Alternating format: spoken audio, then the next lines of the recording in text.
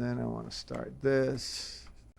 Good evening, everybody. This is Paul. Welcome to the Independent House on this Tuesday. That's generally when we go live. We do have the show every Tuesday and Saturday, but Saturday, normally I'm out visiting bands. And I always usually re-air the Tuesday show. Tonight, we have a band. First, I have to apologize, guys. I get a migraine about once every 4 year, and I miss you guys at Reggie's because I text you. It's like when you go on, you said 10 o'clock. It's like no way, no way. But I have Black Hand in the studio. A friend of my son, Michael Blasky, introduced me to Nick. You are the guitar player? Yeah, I play lead guitar. Lead guitar.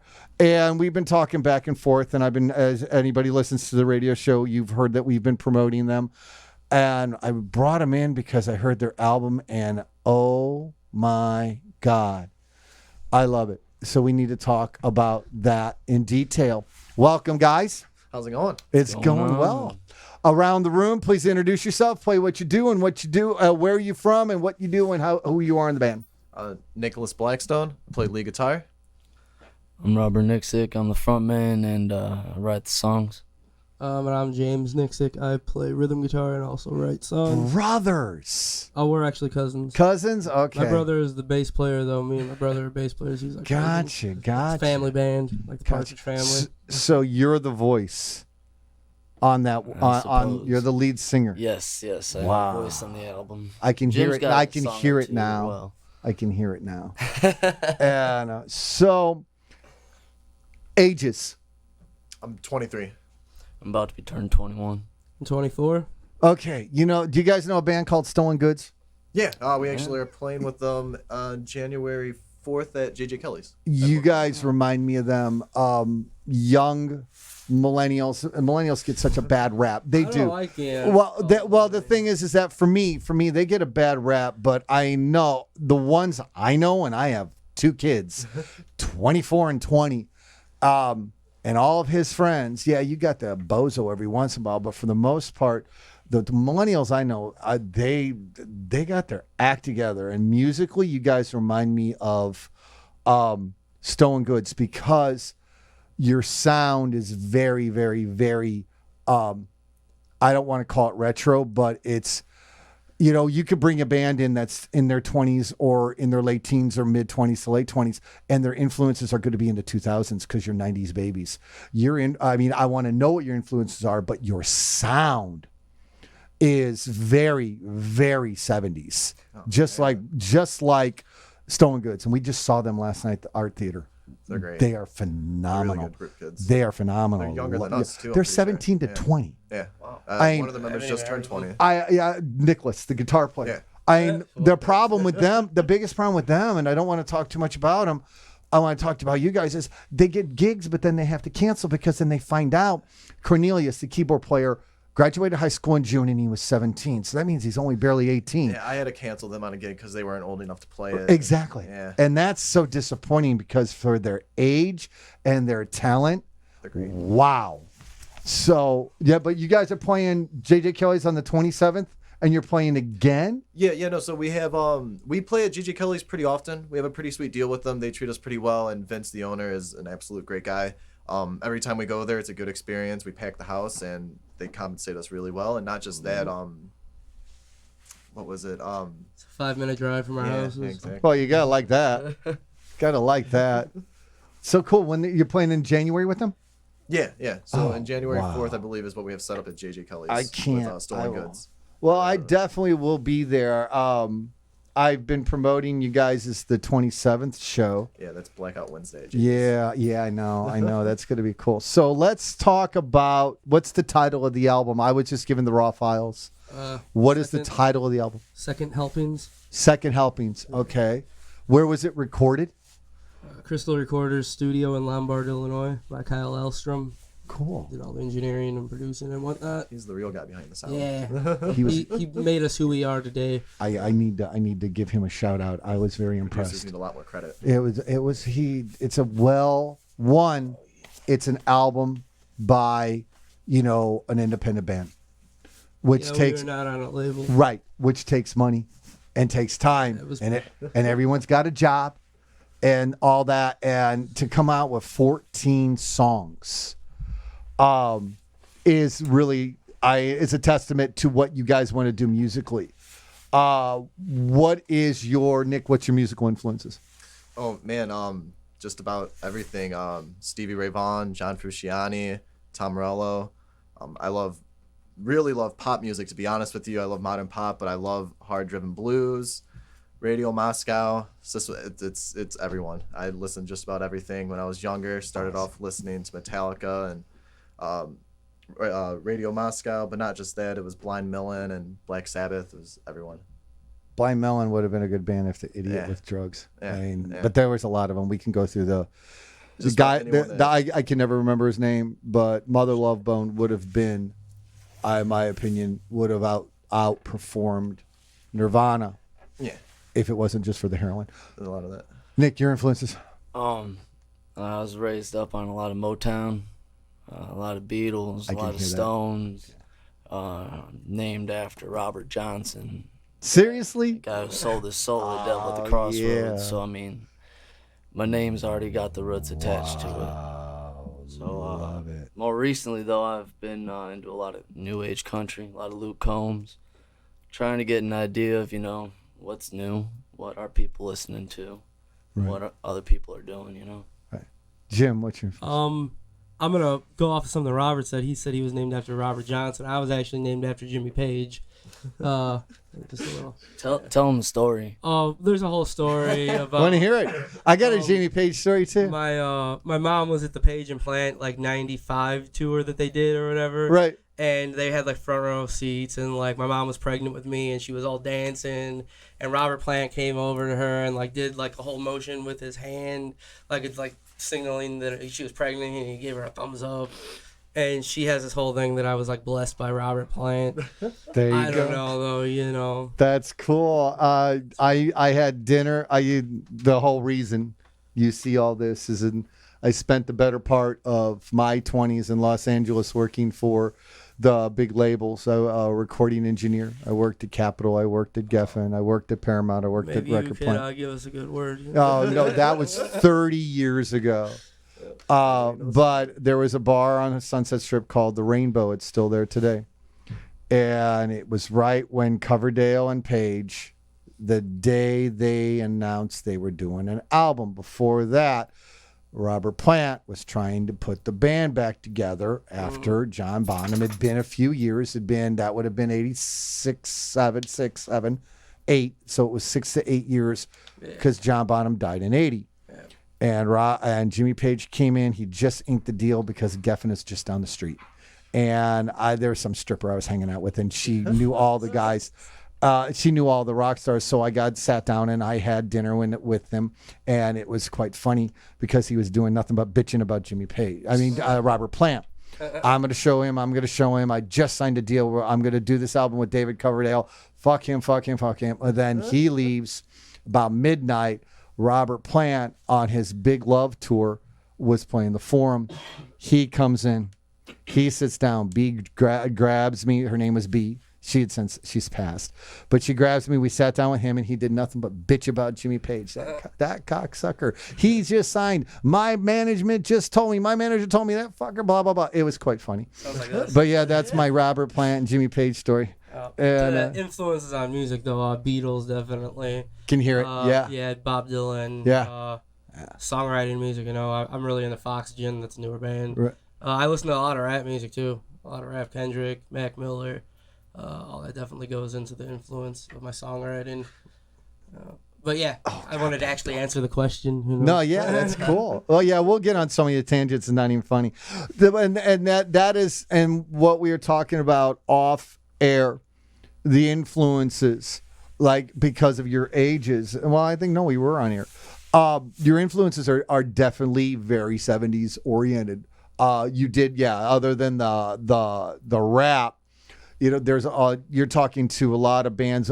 We interviewed a band called Fallen Phobia, and most of their influences were, and they are all about the same ages as you guys, but a lot of their influences were all late 90s, early 2000s. And the thing is you can hear it. You hear the blues, you hear the Beatles, the tone of the guitar on one of the songs, Home, I think it was very Beatlesque. And then I hear the Motown in some of it, and that's why I'm 55 years old. So this music, that to me is what music is about. That to me is what it's what I did in the studios, and we don't hear a lot of that. And in today's music locally, you guys know the band Serial Mouse? Oh yes, no, I can say yeah. You have Real good friends. Okay, please, and I'm not being disrespectful. Even my son, who's your age, what's their genre? I would say that they're like acid rock. Acid rock. It was a little prog Pink rock. Floyd, It was a early little Pink prog Floyd. rock. I mean, I A little bit caught of Sid some, Barrett. Yeah, Sid but Barrett, there was no time signature. You could tell that the drummer's pretty much it's his band, because I got the impression that he was trying to bring all the attention to what he was doing. he's got like a whole trucker story going on. Right? He's Pigpen. Yeah. He's He's trying to Pigpen. have Yeah. Oh, I heard him say Opera. something about the pig pen. Yeah, I Yeah. wasn't sure what it was. But yeah, they were the second band. And, we listened to them, and it's like, I'm sorry, this is noise. Because there was no melodic structure. Yeah. And You should and have I seen their last band. It was, Oh, really? Yeah, it was a lot more was loud. less structured. Wow. This one, Serial Mouse, I think has some structure. to it. Seriously, because Serial. he's going from 30-second notes, which is nearly impossible to play, to 16th eighths, and he's doing 16ths on his hi-hat. Then he wants to do 16ths on his ride. I mean, if you could just get him to do a bass 2/4, You're not gonna get he probably would just shred the kit. But he is just avant-garde, doing whatever comes to his mind. That's Like the impression. Ginger Baker meets Bill Kreutzmann type shit. On speed. On speed. I mean, nothing against them. And then he tries to sing.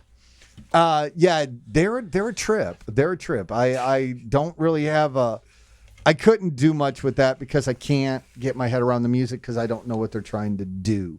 It's experimental, that's for sure. That was my point. That was my point. So, Nick and Jim, you guys are the main songwriters, or do you write as a tandem?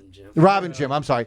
Do you all three write, or do you two, and then they bring it to you? They have a majority of the songs. I have like a couple of the songs on the album. Like on this one, it's one. Nick wrote the chords to Greatest Song.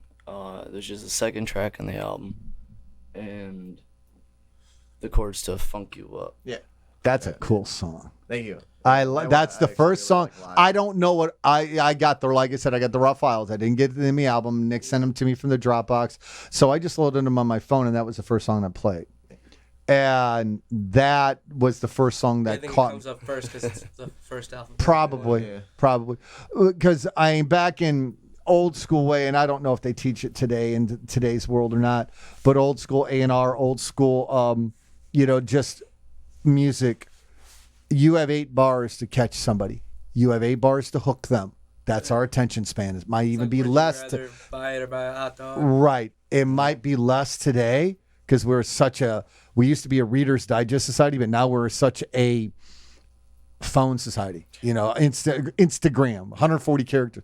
So you get 8 bars, and that's why I think your rhythms, your guitar playing, especially, the minute you start playing it, it just catches you. And the keyboard, as soon as that Yes. comes in, that just Yes. really loud. It's right there. Really, I dug it. That when I had it's like, whoa, this is Michael's friends.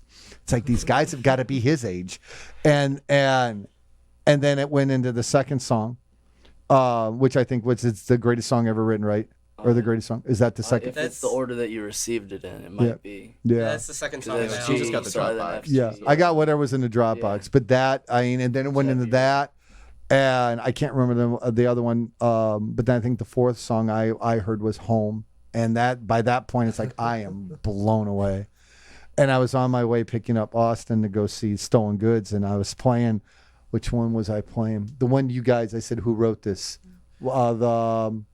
what's it called? Oh, since I've been Loving loving You. you. Or whatever. Yeah. Loving Yeah, loving you from the bottom of whatever the rest Bottom of of it. the bottle. Yeah, that I was playing and he said he heard a little bit of it and he said, "Who is this?" I go, "Michael's friends, Black Hand." He goes, "That's a thrash band." I go, "Not these guys."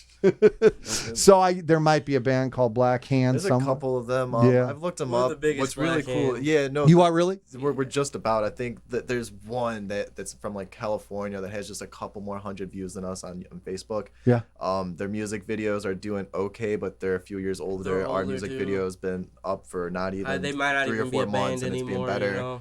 Yeah, no. So we're definitely the ones that have more clout, I guess you can say. We have more coverage. But yeah. Black Hand. How long have you us. been together? 4 4 years. years. Really? That's all. 4 or 5 years. What's your how long have you been playing, Nick? Guitar with Yeah. a band. I've been playing guitar. guitar since I about 10 years. Yeah, about 10 years self-taught. Oh, really? Not Yeah, a single I tried lesson? to take a lesson once, and I went there not completely in my own head, and the guy just pretty much told me like, hey, just keep doing what you're doing, and you're gonna be better than anyone that just takes lessons. And I don't think I'm better than anyone by any means, but I definitely think getting my own like style onto it helped create a lot of what like you hear on the album. And That's what we impressive, wanna jam. being self-taught. Rob? I've been singing, obviously. I mean, that's just something you kind of start doing as long as you could talk, right? But Some do. You play an instrument? yeah, I've been playing guitar since I was about 10 or 11 years old. Jim? About 10 years. Started when I was 14. We started at the same time. around the same time because Because- I got a guitar lesson from his dad, and then he got jealous. I got jealous. Okay, so so your family has musical in Yeah, your family. His dad and uncle were in a band and everything. Kind of taught us and everything, showed us the ropes. What was their names? What was their band name? Oh, they were Beam.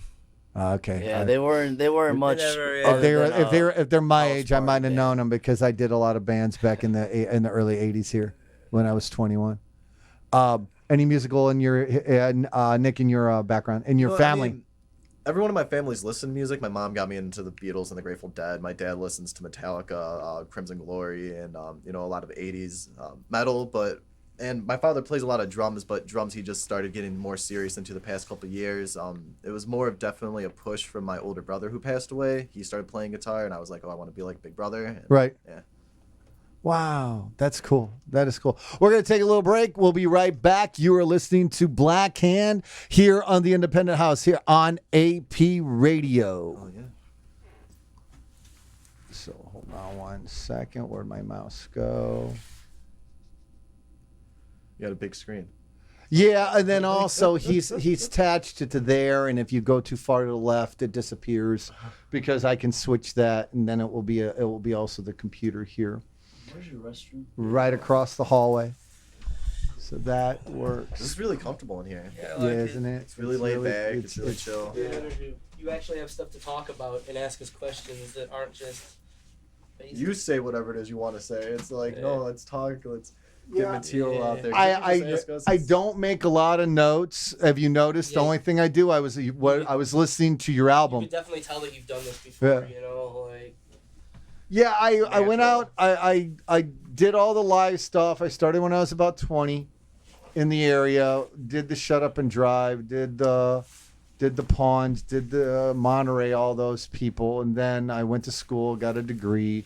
Wanted to go out to LA and be a white Quincy Jones. But the business of music in LA back in 1986 to almost to 94, and it's probably not any better.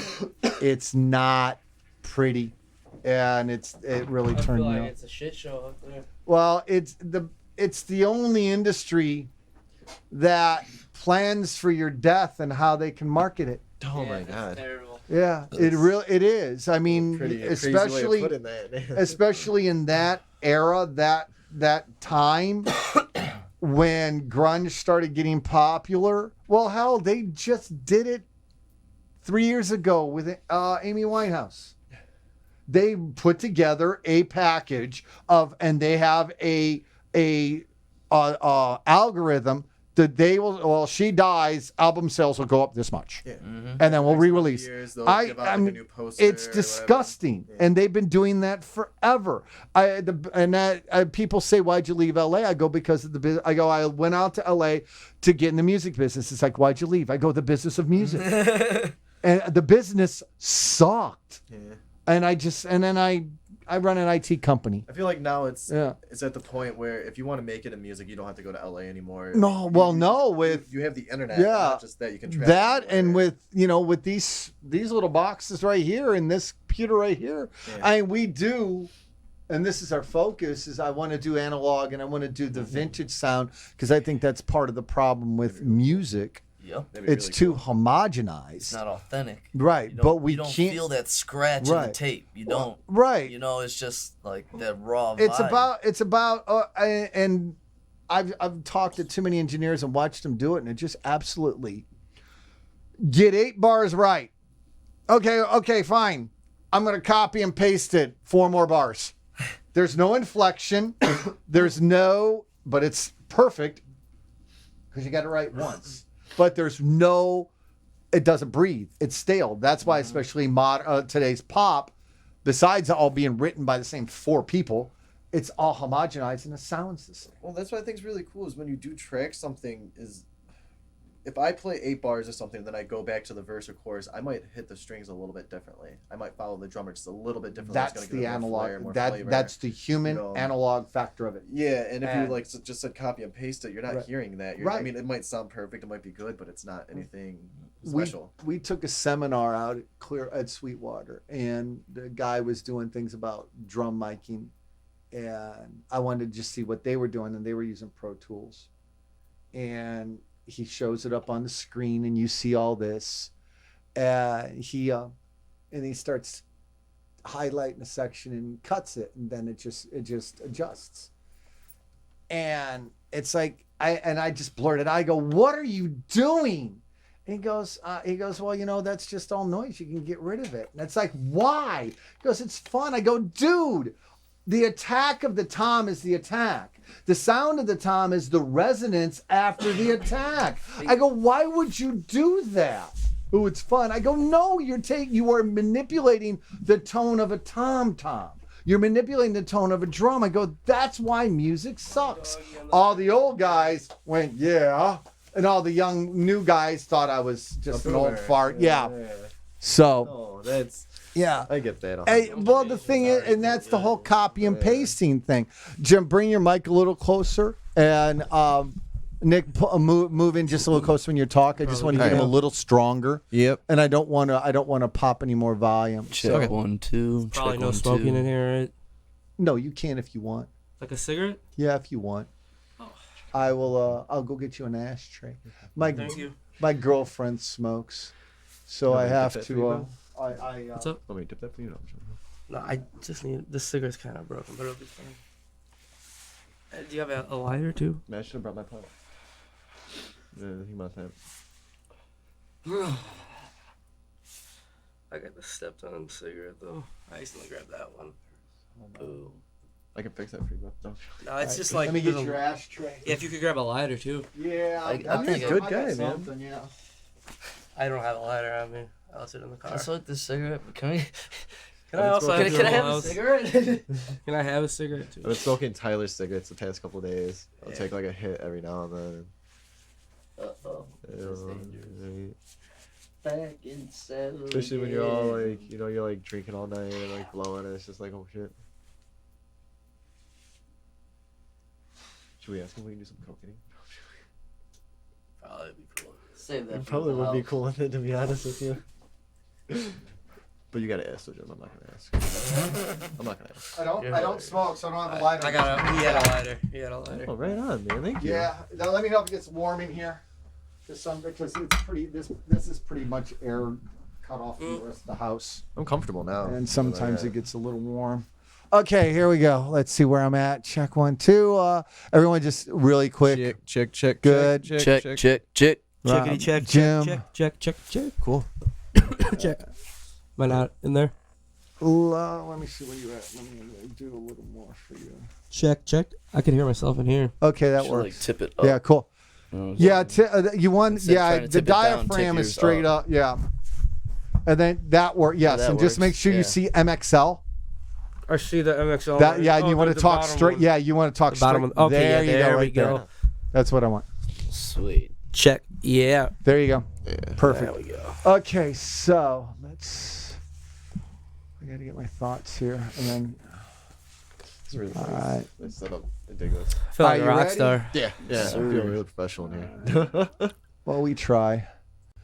Welcome back here to the Independent House on AP Radio. We are talking to Black Hand, Nick, Rob, and Jim, and I am quite proud of myself. I remembered the 3 of your names after the first segment. Normally, it takes me half the show. They're very white Anglo names. Well, and I'm just an old guy. I admit it. And, my birthday's in less than a month, and I'm going to be a year older, and I just gave up.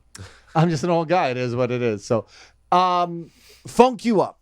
Who you got? Robin, Jim, you wrote it, or Nick? Did you write? I wrote the chords, and then they wrote. we like, give the lyrics credit and to that everything one to around it. Nick. Yeah. And Nick then- wrote the chords. I wrote Where? the lyrics. What's the inspiration? Where did it come from? I wish I could give you some really like badass story about it. I don't remember. I wrote it when we were living at our buddy Miles's house. There probably was something we jammed that it a few happened. times, right? Yeah, no, I mean, like- it was just me and you. I probably went to a concert. I probably got into a fight, or just like something might have happened, because when I originally wrote the structure of the chords, it was more like pretty and melancholy. That makes sense. Yeah, it wasn't a lot funky at all. slower. Right. And then when we like went to go jam it, I'll be honest, when I first heard like Rob scream like "Funk You Up" over it, I was just like ah. But then like we got the dynamic of the song to where it is now, and I think it's great. So it isn't even supposed to even be like really be a funk song, and now it is the funkiest song on the album. But that is the beauty of creating, of songwriting. You have an idea, especially if you guys are as a band, as musicians, know how to feed off of each other, know how to. You take an idea, just because all the songwriters that I've dealt with, and anyone you might read or see, where they start with a song might not necessarily be where it ends, and it might not be what they, the band Hailstorm. Yeah, You guys, it's probably a modern band, very popular. I love them. We got a picture around here. We met them. lead singer's gorgeous. Yeah, Lizzie's I've pretty never heard hot. It's a She is. brother sister. They've been around a long time. Drummer plays They're drums, right? they're yeah, Brother RJ. plays drums, yeah. They're a current hard rock band which gets no love in this country. Well, she wrote a song called "Do Not Disturb," and she wrote it as a techno dance hit. Well, they live, her and the guitar player, Joe, live in Nashville. They have a house, and I can't remember the producer engineer they got to work with them, but she played him the song, and she said, well, this is just a dancey disco thing I was screwing around with. He said, no, this is a rock song, and they completely reworked it. It's one of the best songs on the album. No, that's a really fun thing about Yeah. the band. That's what you asked us on the first segment, Yeah. like how we write stuff or Right. whatever. But so like, they genuinely always do come up with a song, but then the dynamic or the structure of the song definitely changes as everyone starts adding their parts, as the drums get added, or now Right. we have a keyboardist, so when he adds a part, it's a little different. and So, the guitar gets added. is it a 4-piece band? Six. So it is. Oh, really? So there's more than one guitar player. Yeah, me I and play him both. lead and he I plays play rhythm guitar and Okay. he plays lead. All right. And then there's a keyboard player, and who else? We just Bass added and the drums. keyboard player, Jim's And brother then the drums. plays bassist, and then our drummer Troy. Wow. Oh, wow. I Love you, really, Troy. really, really looking forward to seeing that. Seeing you guys on the 27th. They're going to be at JJ Kelly's on the 27th. Oh, yeah. And what are you doing in December? All right, You did so send me some JJ dates. Kelly's Is on Wednesday the the- 27th, and right. then on Friday we're at Q Bar. That's in Darren, Illinois, I'm pretty sure. Darian? Yeah. And then December 7th. 7th Yeah. is Sugar Skull. Sugar Skull. Yeah.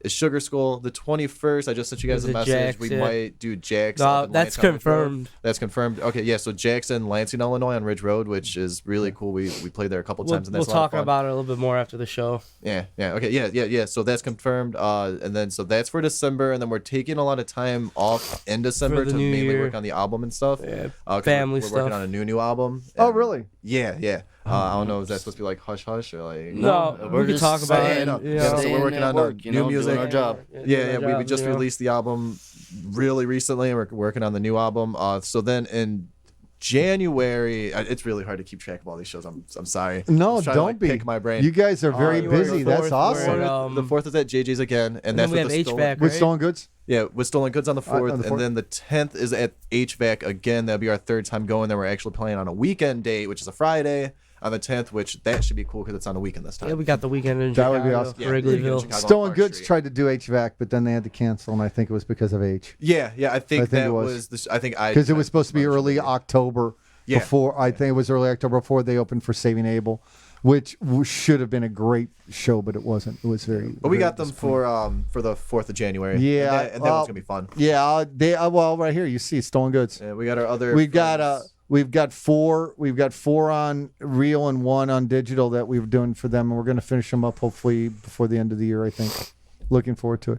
So when did you release this album? The release date was November 1st. And then you're already working on a second one. Yeah, we'll be going in for our first live session tomorrow. So it's pretty much just practicing the new songs, getting them all together, recording demos. We probably won't actually start tracking anything until like March. Spring, Yeah, like in the spring. Hoping to maybe have it out by like same time like next year, so around like October, November. It's definitely to get the feeling of being It's gonna back in be the a studio. shorter album, so Oh, it's not going to be 14 songs. no. 14 is kind of a bit lengthy for an album now. Yeah, it is. We're Today gonna turn is. it to 11. We're gonna do 11. There we go. We will Turn it have to 11. 11. You got it. That The works. numbers and everything is very sort of like I don't know, for me anyways, it's kind of like it's special, you know what I mean? Like Right. it's something you got to think about, you know. You guys going back to Lombard? Our producer Kyle and the place that we're recording at, we're probably definitely going to record our next few albums there That's our until plan right now. something happens to where we blow up and they're like, oh well, you can have all the state of the art studio you want, but honestly we might even just stay in Lombard. Keeping Kyle at least. That's for sure. Keep Kyle at least, Definitely because Kyle.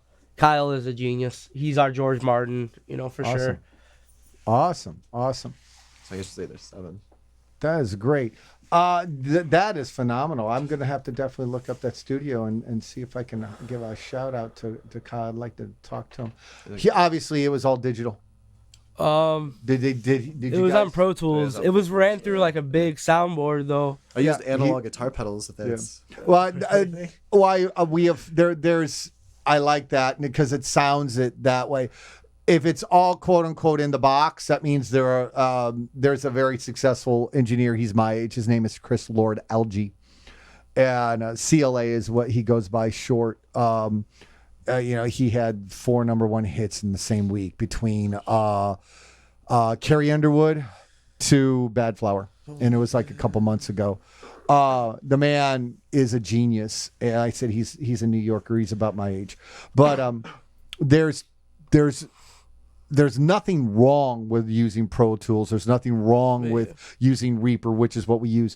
But he made it when we did the seminar. He said, "How many people mix with one finger? That means they do nothing. They don't know. They wouldn't know what to do Oh here." no, Kyle did. Yeah, a lot. Kyle is they wouldn't know what yeah. the idea of when digital came out in 1989, because I was in the studio when they first brought it in. It was just a different storage medium from tape. You still ran it through analog effects. You still ran it through an analog board. All you did was store it on a hard drive. That was it. Moving everything into a computer, and then you have emulations for everything, where you only bring a guitar in, you plug it into a direct box, which to me is just sacrilegious. Yeah, we record through our amps. Right. Well, and you can tell. The album tells because it has that analog warmth that you don't have when you're using VSTs for everything. I think we We plugged both the use bass tube in. amps. Well, no. We plugged the bass in direct. We do. That's the only way to do a bass. Yeah. Because you're not the tonality of a bass cabinet resonates live. It doesn't resonate on tape or digitally. It just doesn't. You're not getting the low end spectrum of it. So you throw it in. You just want good pickups and good equalization. No, he's got a Rickenbacker 4030, so Awesome. That is awesome. So, I'm just going in the order that I got them. Greatest song ever written. I want to know about that one. It's the greatest song ever written. I know it was. It Really, it wasn't. For me, Loving You from the Bottom of the Bottle is the greatest song ever. Greatest song ever written. The title is more or less signifying that's our Spinal Tap song. We're gonna go hard and heavy and just ding ding ding ding. Yeah, because Nick brought it. Nick brought it, and it's like we were like, humorous. "Oh, it's the greatest song ever written." You That's know? great. Do you guys? And I get this vibe. I get this feel because I've worked with bands that I've done this. Jim or Nick, you're playing. You're noodling. That's what I call it. Because He noodles, I don't noodle. I lived with a million guitar players, and a very dear friend of mine, Scott Jolson, is one of the most underrated guitar players I know of. And I lived with him when he was 18, 19 years old, and he'd be in his room, and I'd hear him. You know, he's got his little Squire, and he's got his Roland jazz chorus, and I'll walk by or I'll hear him something, and I'll get up. It's like, do that again. And do you guys you hear something, you do something, and then Rob or Jim or the bass player or the drummer here, hey, do something, or the drummer does something, and then you build that, and it ends up being a song. Did any of these turn into that? No, Any of these songs? not really.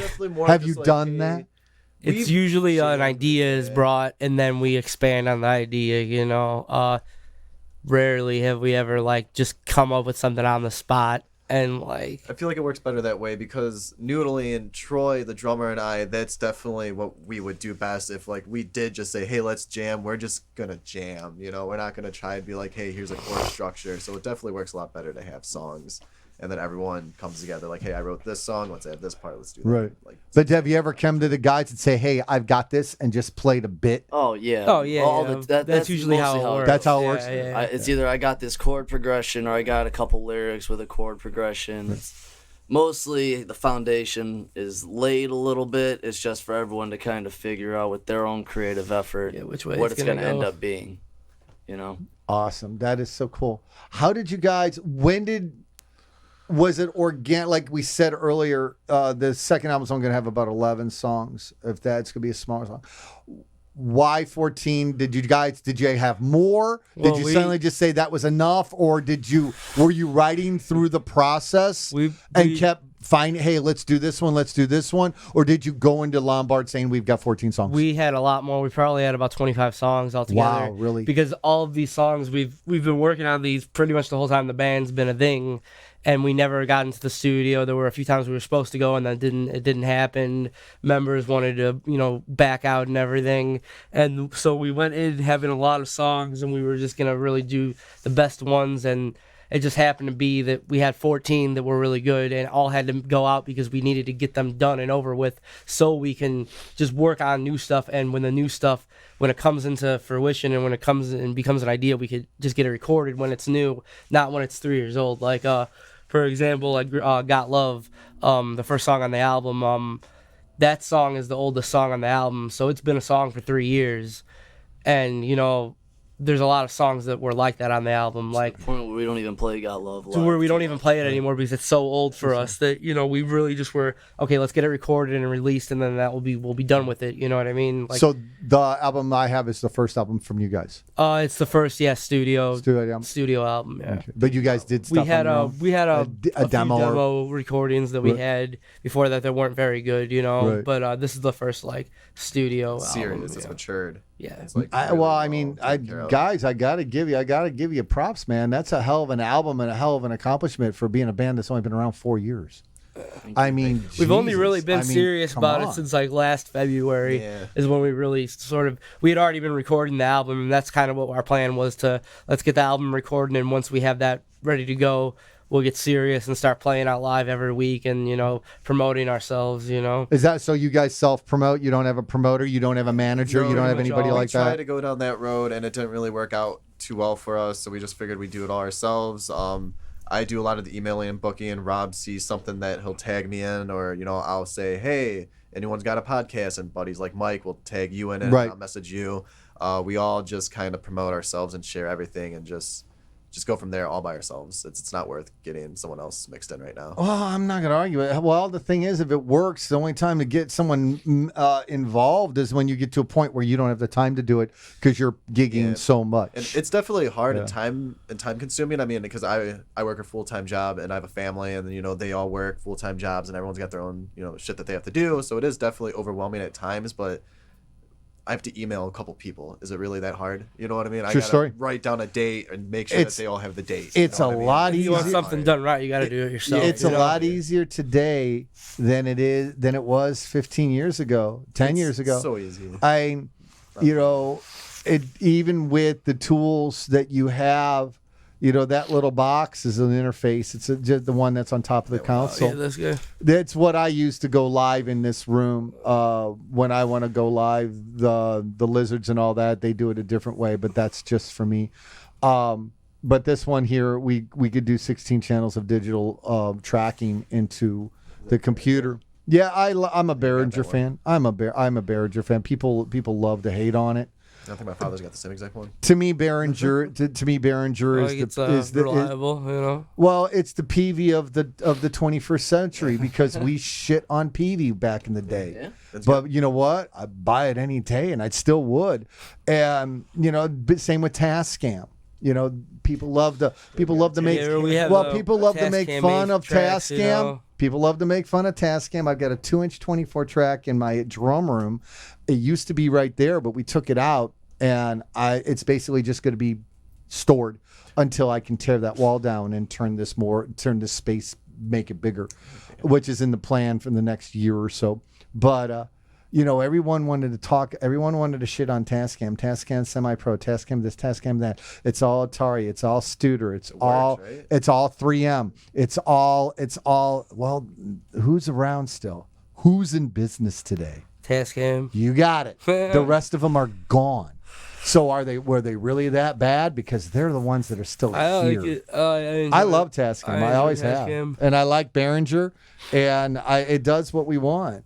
But I like your sound. I like what Kyle captured in the studio, and the 14 quality songs is hard to do for any band, and there isn't one on here that I would say, okay, I don't need to hear that again. And very few albums you can say that. A Hailstorm is one of my favorite bands in this era, but I don't like everything they do. I mean, I'm going to listen to it, but I can get rid of that one. I can get that one. But all 14, and I listened to the whole song. The only one I thought was funny was the Twiddle song. Please explain that. It's the goodbye. You listen to the whole album, and it's like, okay, ending credits. Well, we just went through this emotional roller coaster of going hard, heavy rock and roll, get a little sentimental here and there. Right. It's just a way to wrap it up and be like, okay, we're done. Bye.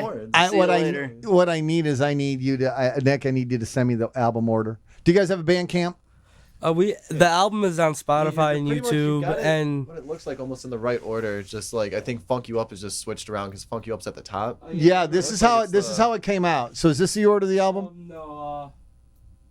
Or is it all kinds of Never Felt So Young is 3. Yeah. So, Never Felt So Young is the third song on the album. Oh, that one? Okay. Yeah, that's number 3. And then after that is Home. Then Pointed at Me is after Home. And then it's Let It Roll. Yeah, see, I want to get an order. Because that's just how it's imported. No, because that's how it's imported, and that's just the way it'll stay. Well, no, what I need is Do you have like a Spotify or YouTube? If you give me the order, I can track the numbers, and I can tag them for the number. No, I do, but I can't use that because I need the physical track. Yeah, you need the actual Nick files, sent me a link for the Spotify. It's like, well, I can't really use that because I need the track because I have to have the track here to play it. We have the waves and the MP3s. Yeah, I got them both. You sent them both. I got them both. Okay, all right. Yeah, he sent them to me both. The waves, they just take too much room. Mm-hmm. But I have them. No, they are. They are a lot bigger. But I have them. But you guys don't have a Bandcamp. No, so you have no we have an place. Old Bandcamp, but like. So you guys aren't interested in selling this? No, it's for sale on Apple and iTunes. Okay.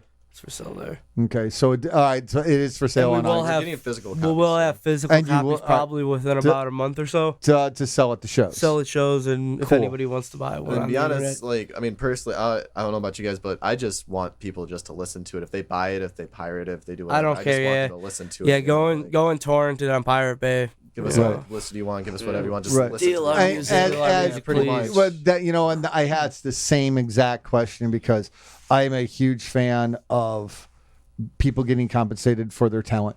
Yeah. And the thing is especially in today's world, it's such a double-edged sword. You guys are trying to make, you're under 25, all of you. You want to make this your living, so yes, give it away. But at what point? Well, not necessarily so- an age. At what point So what do we you do now right want to? now- Do you say, okay, we need to start making I money? feel like when the label comes in, when we get signed by Yeah, a if we actually label, get signed you by- know So what you're I mean? signed So by what the- we do right now is like, so JJ Kelly's, we play there pretty often. We get compensated very well. Yeah, for you're playing getting at JJ paid. Kelly's. Yeah, I'm So we assuming you guys for get paid to gigs. play. Yeah, Mhm. yeah, no, we don't do the pre-sale ticket thing anymore. Very rarely do we play somewhere where we have to even sell tickets at the door to make money to split with the other bands. It's pretty much See, like, hey, that's here's a flat hell rate. of an accomplishment. Well, no, 4 and then, years. so not just that though. Too is we had merchandise, we had shirts, but we sold out of that in just about a week, and that was 3 like 100 days. shirts. Wow. You know 3 what I mean? days, 100 so, shirts. So the money, Wow. it would be nice if people want to go ahead and buy our album. If you want to support us, fuck yeah, by all means, go ahead and do that. But come to our shows, buy our merchandise. If like we have something that's for sale, Yeah, like that's a physical really how you're copy, putting the like money go into ahead the- and pirate the album. But then when you come to the show, buy the physical copy. Right. It's $8 or $10. You know. Well, buy a that's what t-shirt, I- It's $20. And it's Come cool to because the you show. get like Right. a whole CD and it has a booklet and it has artwork Right. on it that you don't see when you Right. go on YouTube. you Well, know? that's what I. album. That's It's like an exactly. album, you know? That's exactly what I do. And on if there was one on JJ Kelly's, I have the whole. Don't care. It's not about you guys giving me the music. I'm not. I don't want. I want to support. Come and experience. The Yeah, music, you know, well, it's and I like, want come, to like- see it live. I want to yeah. see you guys live.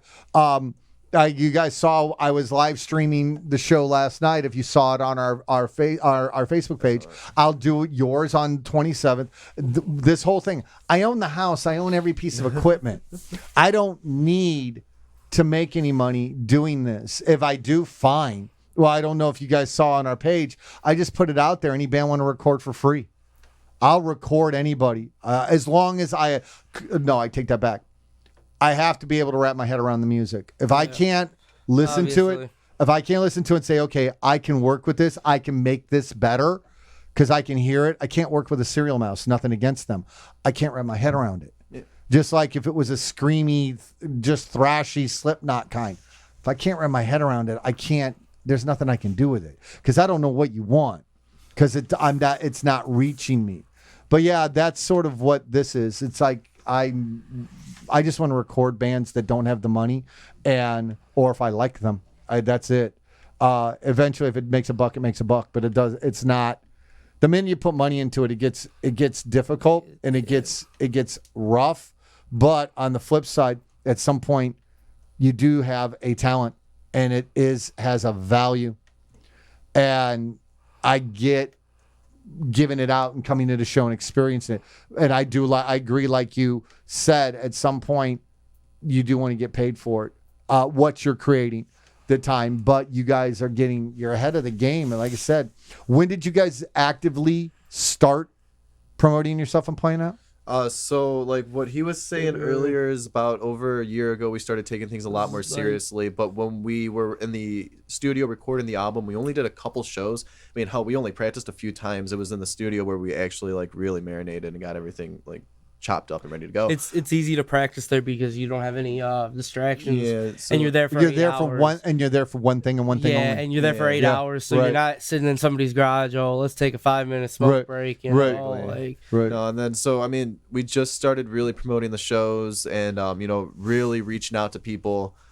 Maybe a few months ago, maybe like just when summer started getting really heated. So, and that's pretty. That's pretty impressive. But then again, the music speaks for itself, because to go from, well, you got to sell X tickets, to now they're just paying you, hey, we want you, Yeah. because they know you're bringing a following, and they know the music is good, which is gonna catch people that are just regulars at the bar that don't know you from Adam, and then they go, wow. Well, so that was my big Yeah. thing, like you saying that, you know, Yeah. we have something that we're worth, and that was something we really had to Right. put our foot down was, you know, there's a lot of people we could have gone to for shows that could have got us at like decent venues, I guess, but we would have had to sell like 20, 30, 40 tickets, all that jazz, and that doesn't Right. work out because, you know, you can't $20 get a that piece. guarantee. And when you're a band that's starting out, you're not going to be able to bring anything more than just your moms and your girlfriends. You're right. You know, but when you get the opportunity to say, hey, I'm playing at this local show, just come here for free, you develop people who now we have regulars that come to our shows. You know, we have people that want to actually travel to come. Right. Well, it is a huge problem, especially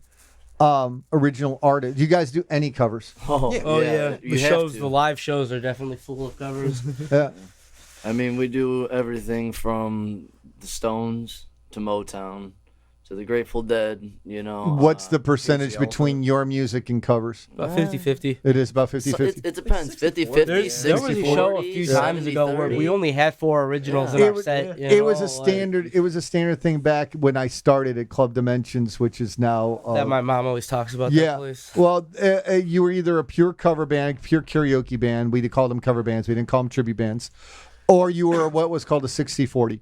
60% covers and 40% originals. And that was a good mix. The pure all original, if you're good enough to do it, and that is a hard nut to crack because, like you said, there is a band out of Hessville, 3 guys. It's called Escape the Paradigm. They are phenomenal, but they're afraid to play out because if they don't sell enough tickets, they won't be invited back. You gotta put your So foot down, so it's a catch-22. You know, they want to play out, but they're afraid to because they got to make that sale. And there's a couple bands out of South Bend that would love to come out here, but same thing. You know, they got one shot to come out. And if they're not put in the right slot or they're surrounded by the wrong bands, second season, I saw them at Cheers. They're a great band. Play the cheers. They're, yeah, I know, Sam. You know, the lights, I fixed the lights there.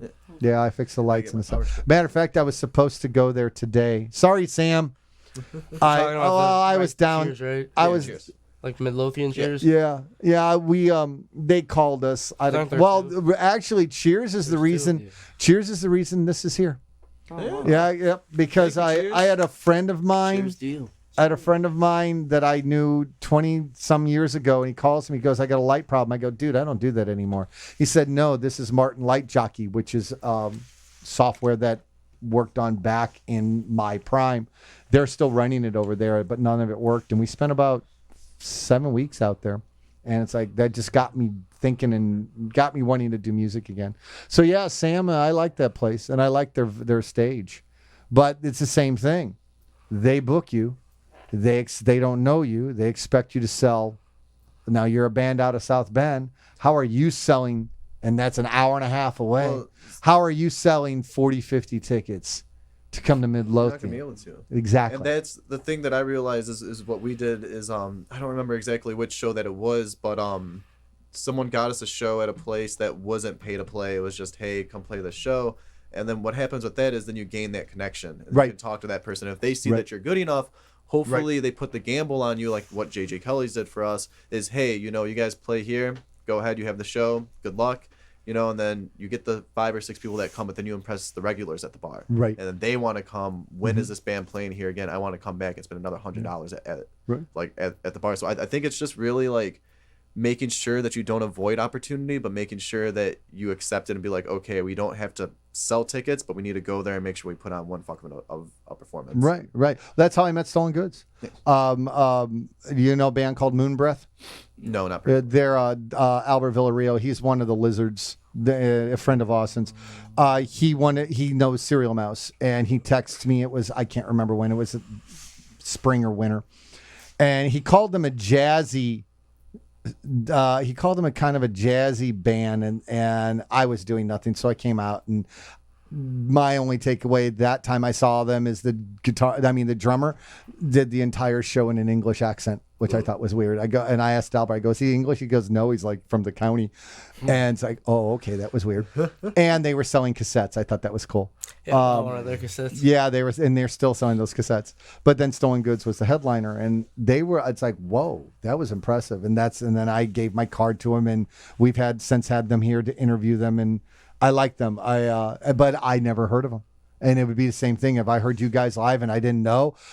If you can get a stranger to stop and pay attention and want to reach out, what is that? Who is that? What you're doing is resonating, and that's what it comes down to, is resonating. And I think you guys resonate well, especially you do with old people. Thank you. And we're gonna take a break. We'll be right back. You're listening to Black Hand on the Independent House here on AP Radio. Fuck yeah. Cool.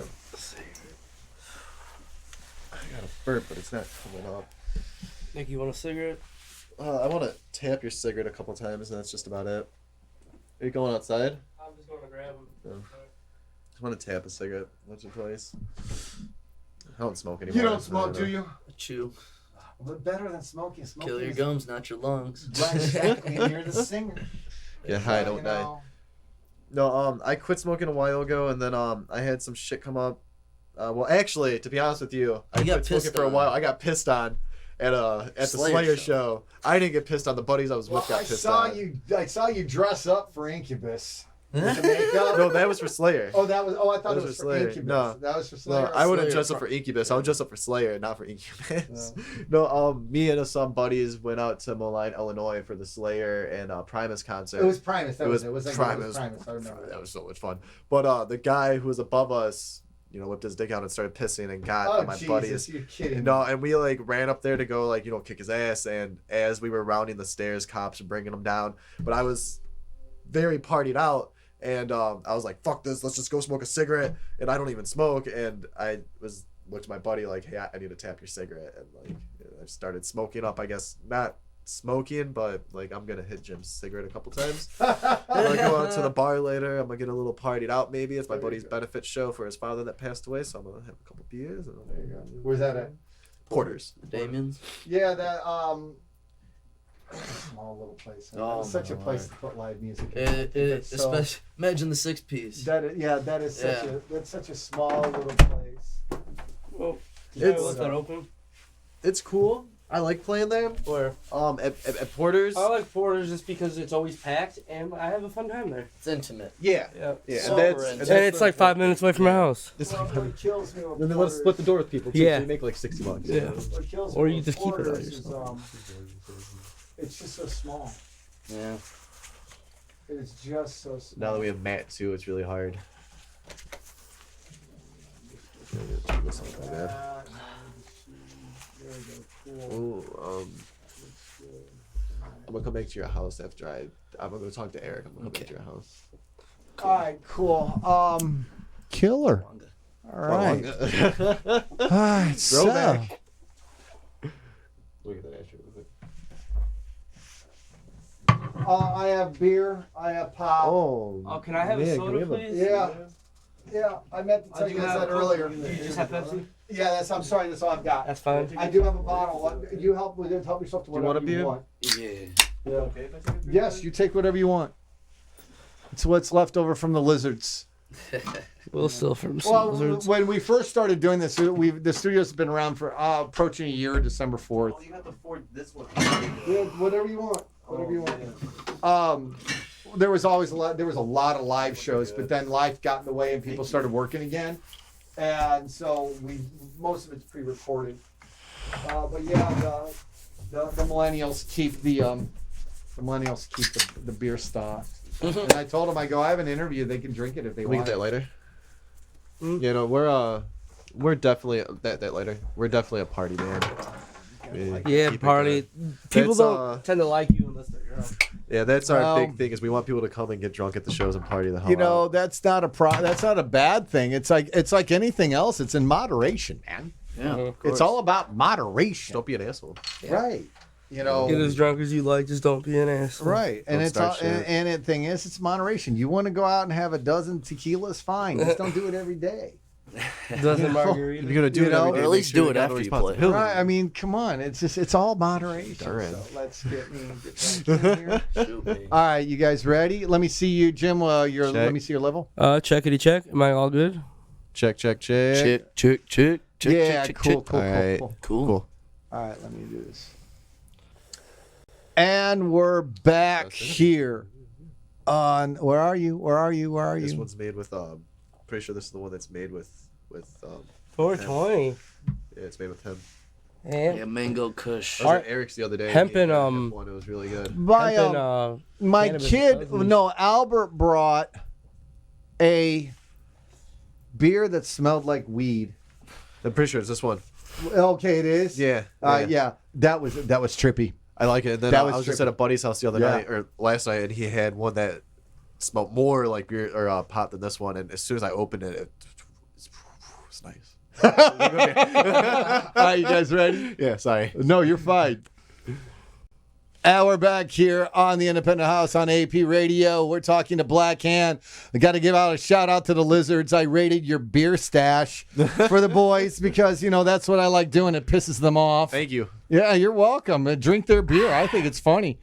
And so we were talking about just shortly, we were talking off air about that. You said that beer smells like pot. Yeah, no, it's the 420 Sweetwater strain. Okay. This is Mango Kush Wheat Ale, and kills it's just pretty good. That just kills me. I like Mango Kush. I like wheat ales. Bert told me that they had a beer that smelled like pot, and it's like, no way, and he brought it. And I thought they drank it all. They must have brought another one. They crossbreed, or they crossbreed the hemps, or the hop and hemps. Oh, is that how they Yeah, do I'm it? pretty sure Oh, the okay. hops and hemp are a cousin plant.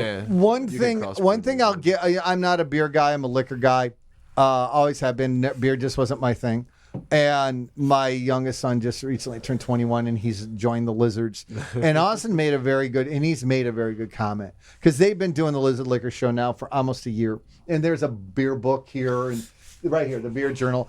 And with the advent of craft beer and what they're doing with it, the merging of a hop and the hemp, or the sours or the stouts or the meads. You pretty much can find something that you would like. I could be You wrong, really could. but I think they even have beer out in like the legalized states that have THC in them. I believe Not that. just CBD.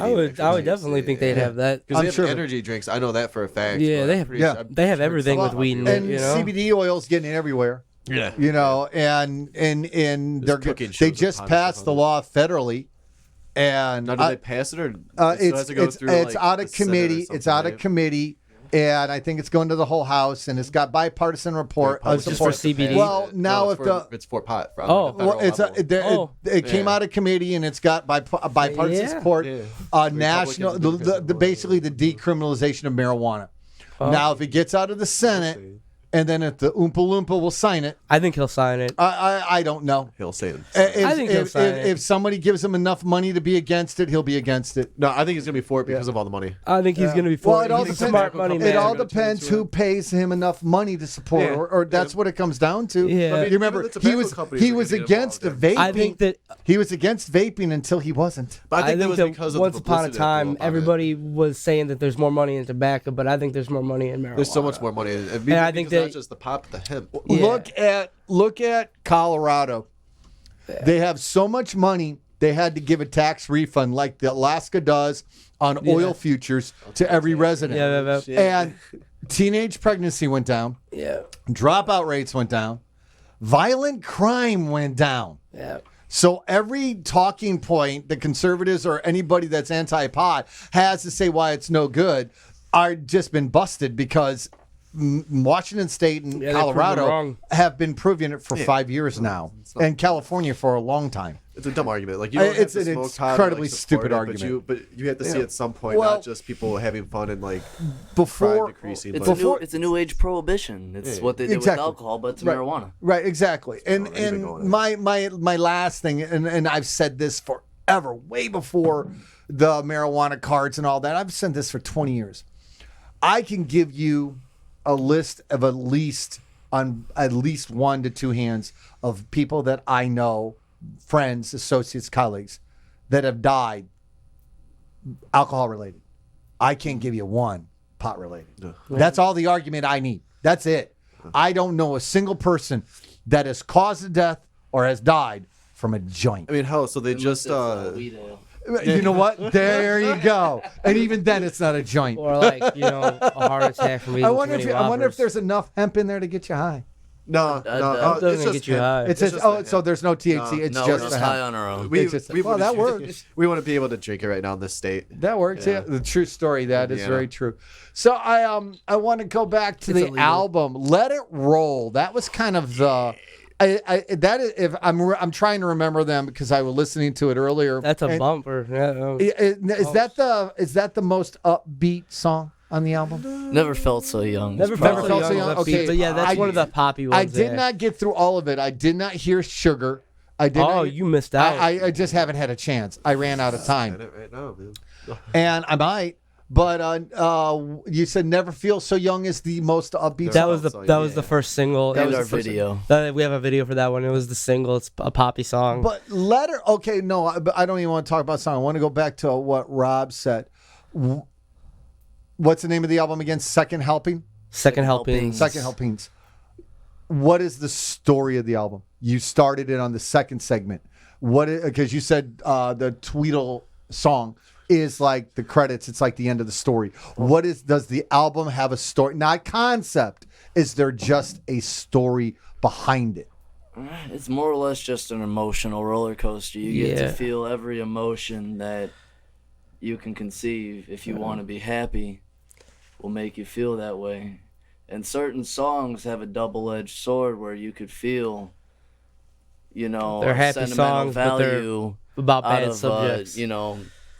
a poppy song, or you could pull the, hardcore or, serious vibe out of one of the poppy songs as well. You just got to listen deeply to it. There's no real style. It's just mostly us trying to convey the different It's not a concept. writing but styles that we me and have. Robert were kind of coming of age in our relationships, so we had a lot of good material to write about. Well, that will do it. Yeah. Women are always a great source of material, good or bad. And you are engaged, Nick, right? Yeah. And you I'm have engaged to you have Syria Uribe, and I got a daughter. A daughter. How old? Yeah. She'll be 2 in January, so she's Holy 1 right now, and she mackerel. is amazing. Her name's Yeah. Veda Jade Blackstone. Help just before I came here. That's what I was telling you. Is I had to wait for my fiance to come home and everything because on the weekends, because I work weekdays, and on the weekends it's just me and my baby. If I don't have a show or anything going on, it's just me and her. I dedicate the whole weekend to her. It's Yeah, that's cool. That is fun. awesome. It's fun, man. Yeah, I raised my kids by myself. I was a single dad. Their mom decided that it was too much work. Yeah, we got something. So yeah, so we it was pretty much us from like Austin was like 10 on, which is pretty cool. But the best part of being a parent, now no, they're gone. yeah, they're gone. Don't get me wrong. I definitely, when Sierra first got pregnant, I thought it was gonna be really hard to balance the two, and it definitely does have its strains, especially its on our moments. personal relationship. Yeah, as a moment. But Yes. she is extremely supportive of what I do, and I couldn't Okay. ask for someone to be really as cool as she is about that. And then not just that too. I mean, like when we have band practice at the house, my daughter's dancing and having fun, and she's kicking ass at it too. And she's got little plastic guitars that she plays with, and she can sleep to our music. Like we can be having band practice. She'll hang Well, out, party, and then she'll go right. the It's fuck to that sleep. groove. I mean, Yeah. you're a groove band. Not I don't want to date it or anything, but that's it. Your guitar riffs, they like I said, it's that 8-bar thing. It's a groove, like that. The song "Love You from the Bottom of the Bottle." The minute it hit, we're talking maybe a bar and a half because one tone. Yeah, because And it goes When into that the piano rolls you in. got it, and then Bend. right, and then also part of the fact that it's not homogenized, and so it's got the feeling, it's got the nuances in there, and it grabs you. It's a groove. You catch a groove. Funk You Up catches a groove. Home catches a great groove. Those are just off the top of my head that I remember because they resonated. That's what I love about your music. It resonates. What's your day job, Nick? My day job, I'm a machinist at a urethane shop. It's a mom and pop shop out in South Holland called Kuhn's Industries. I pretty much just work with metal materials or different type of rollers, strip it down, get it prepped up to have a new coating of urethane on it. Then I send it to the guys in the back. Awesome. Do you involved? You married? You're just 21, right? So you're Yeah, single, living a high life, partying hard, right? I mean, I got a girlfriend and whatnot, but just staying young.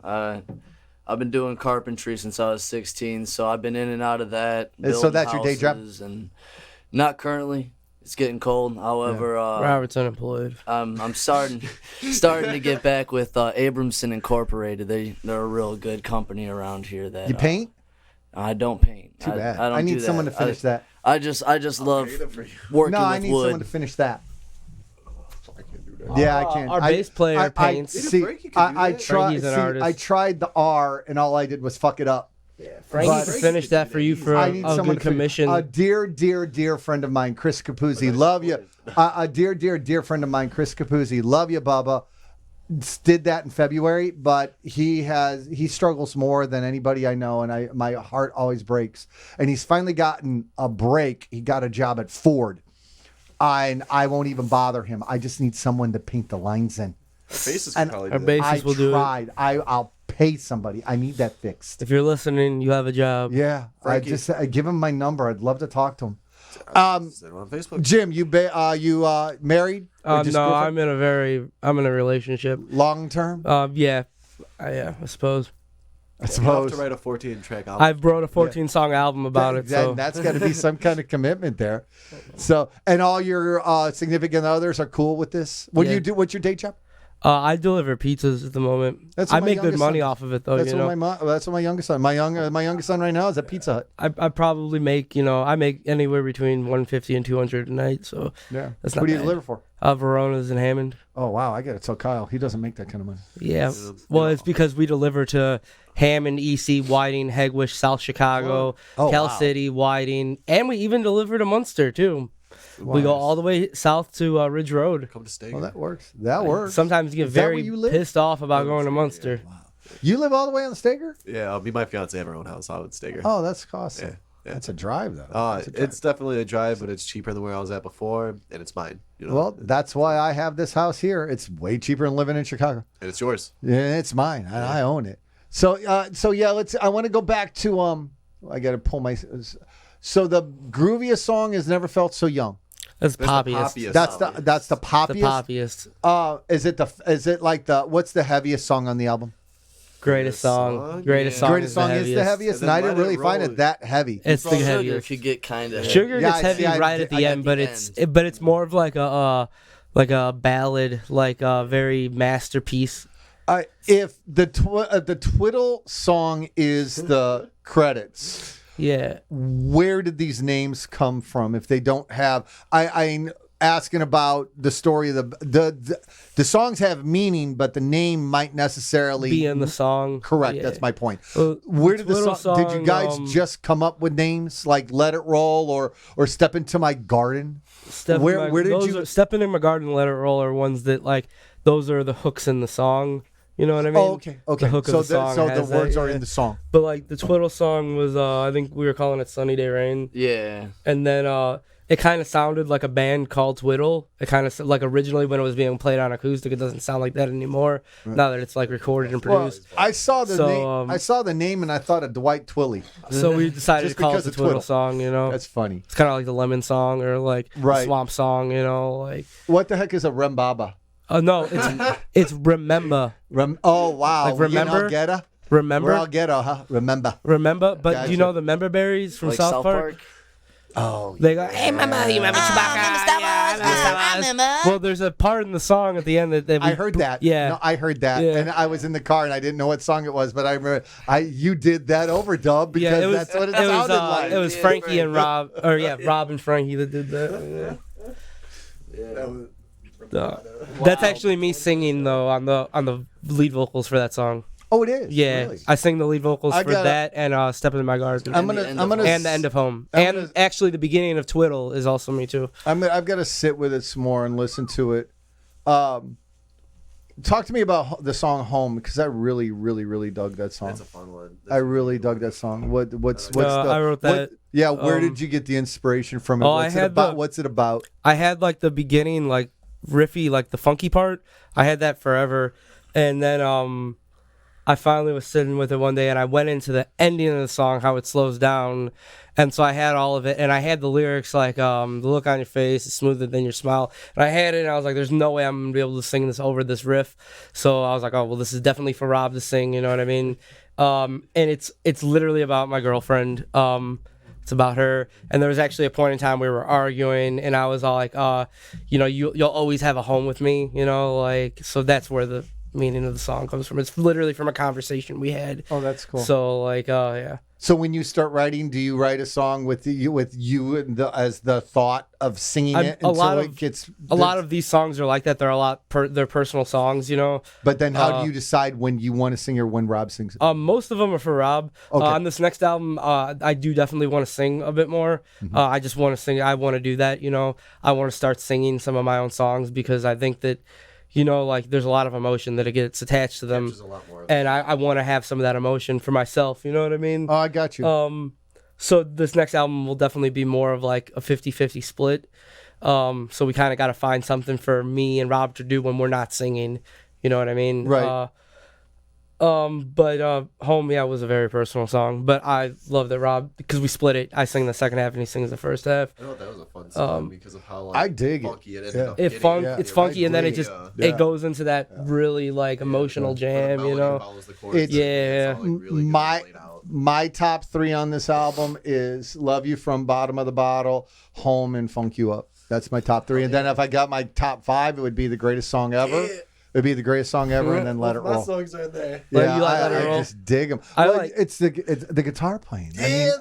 Jesus well, So you were Christ, talking about man. Doodling earlier, and I don't Yeah. want to branch off too much on it, but with this album specifically, so we've been a band for 4 years. I've done a lot of different things with different artists and different musicians, and I've worked with my fair share, but I always noodled. I always just noodled on playing guitar, and I could never be like, oh, I played something, let me go back and remember how to play it. Right. But with this album, with Home, there was a lot of parts where I wanted to write melodies. I wanted to write a part that was structured, that was good, and broke away from my normal playing guitar and brought structure and a melody to the songs.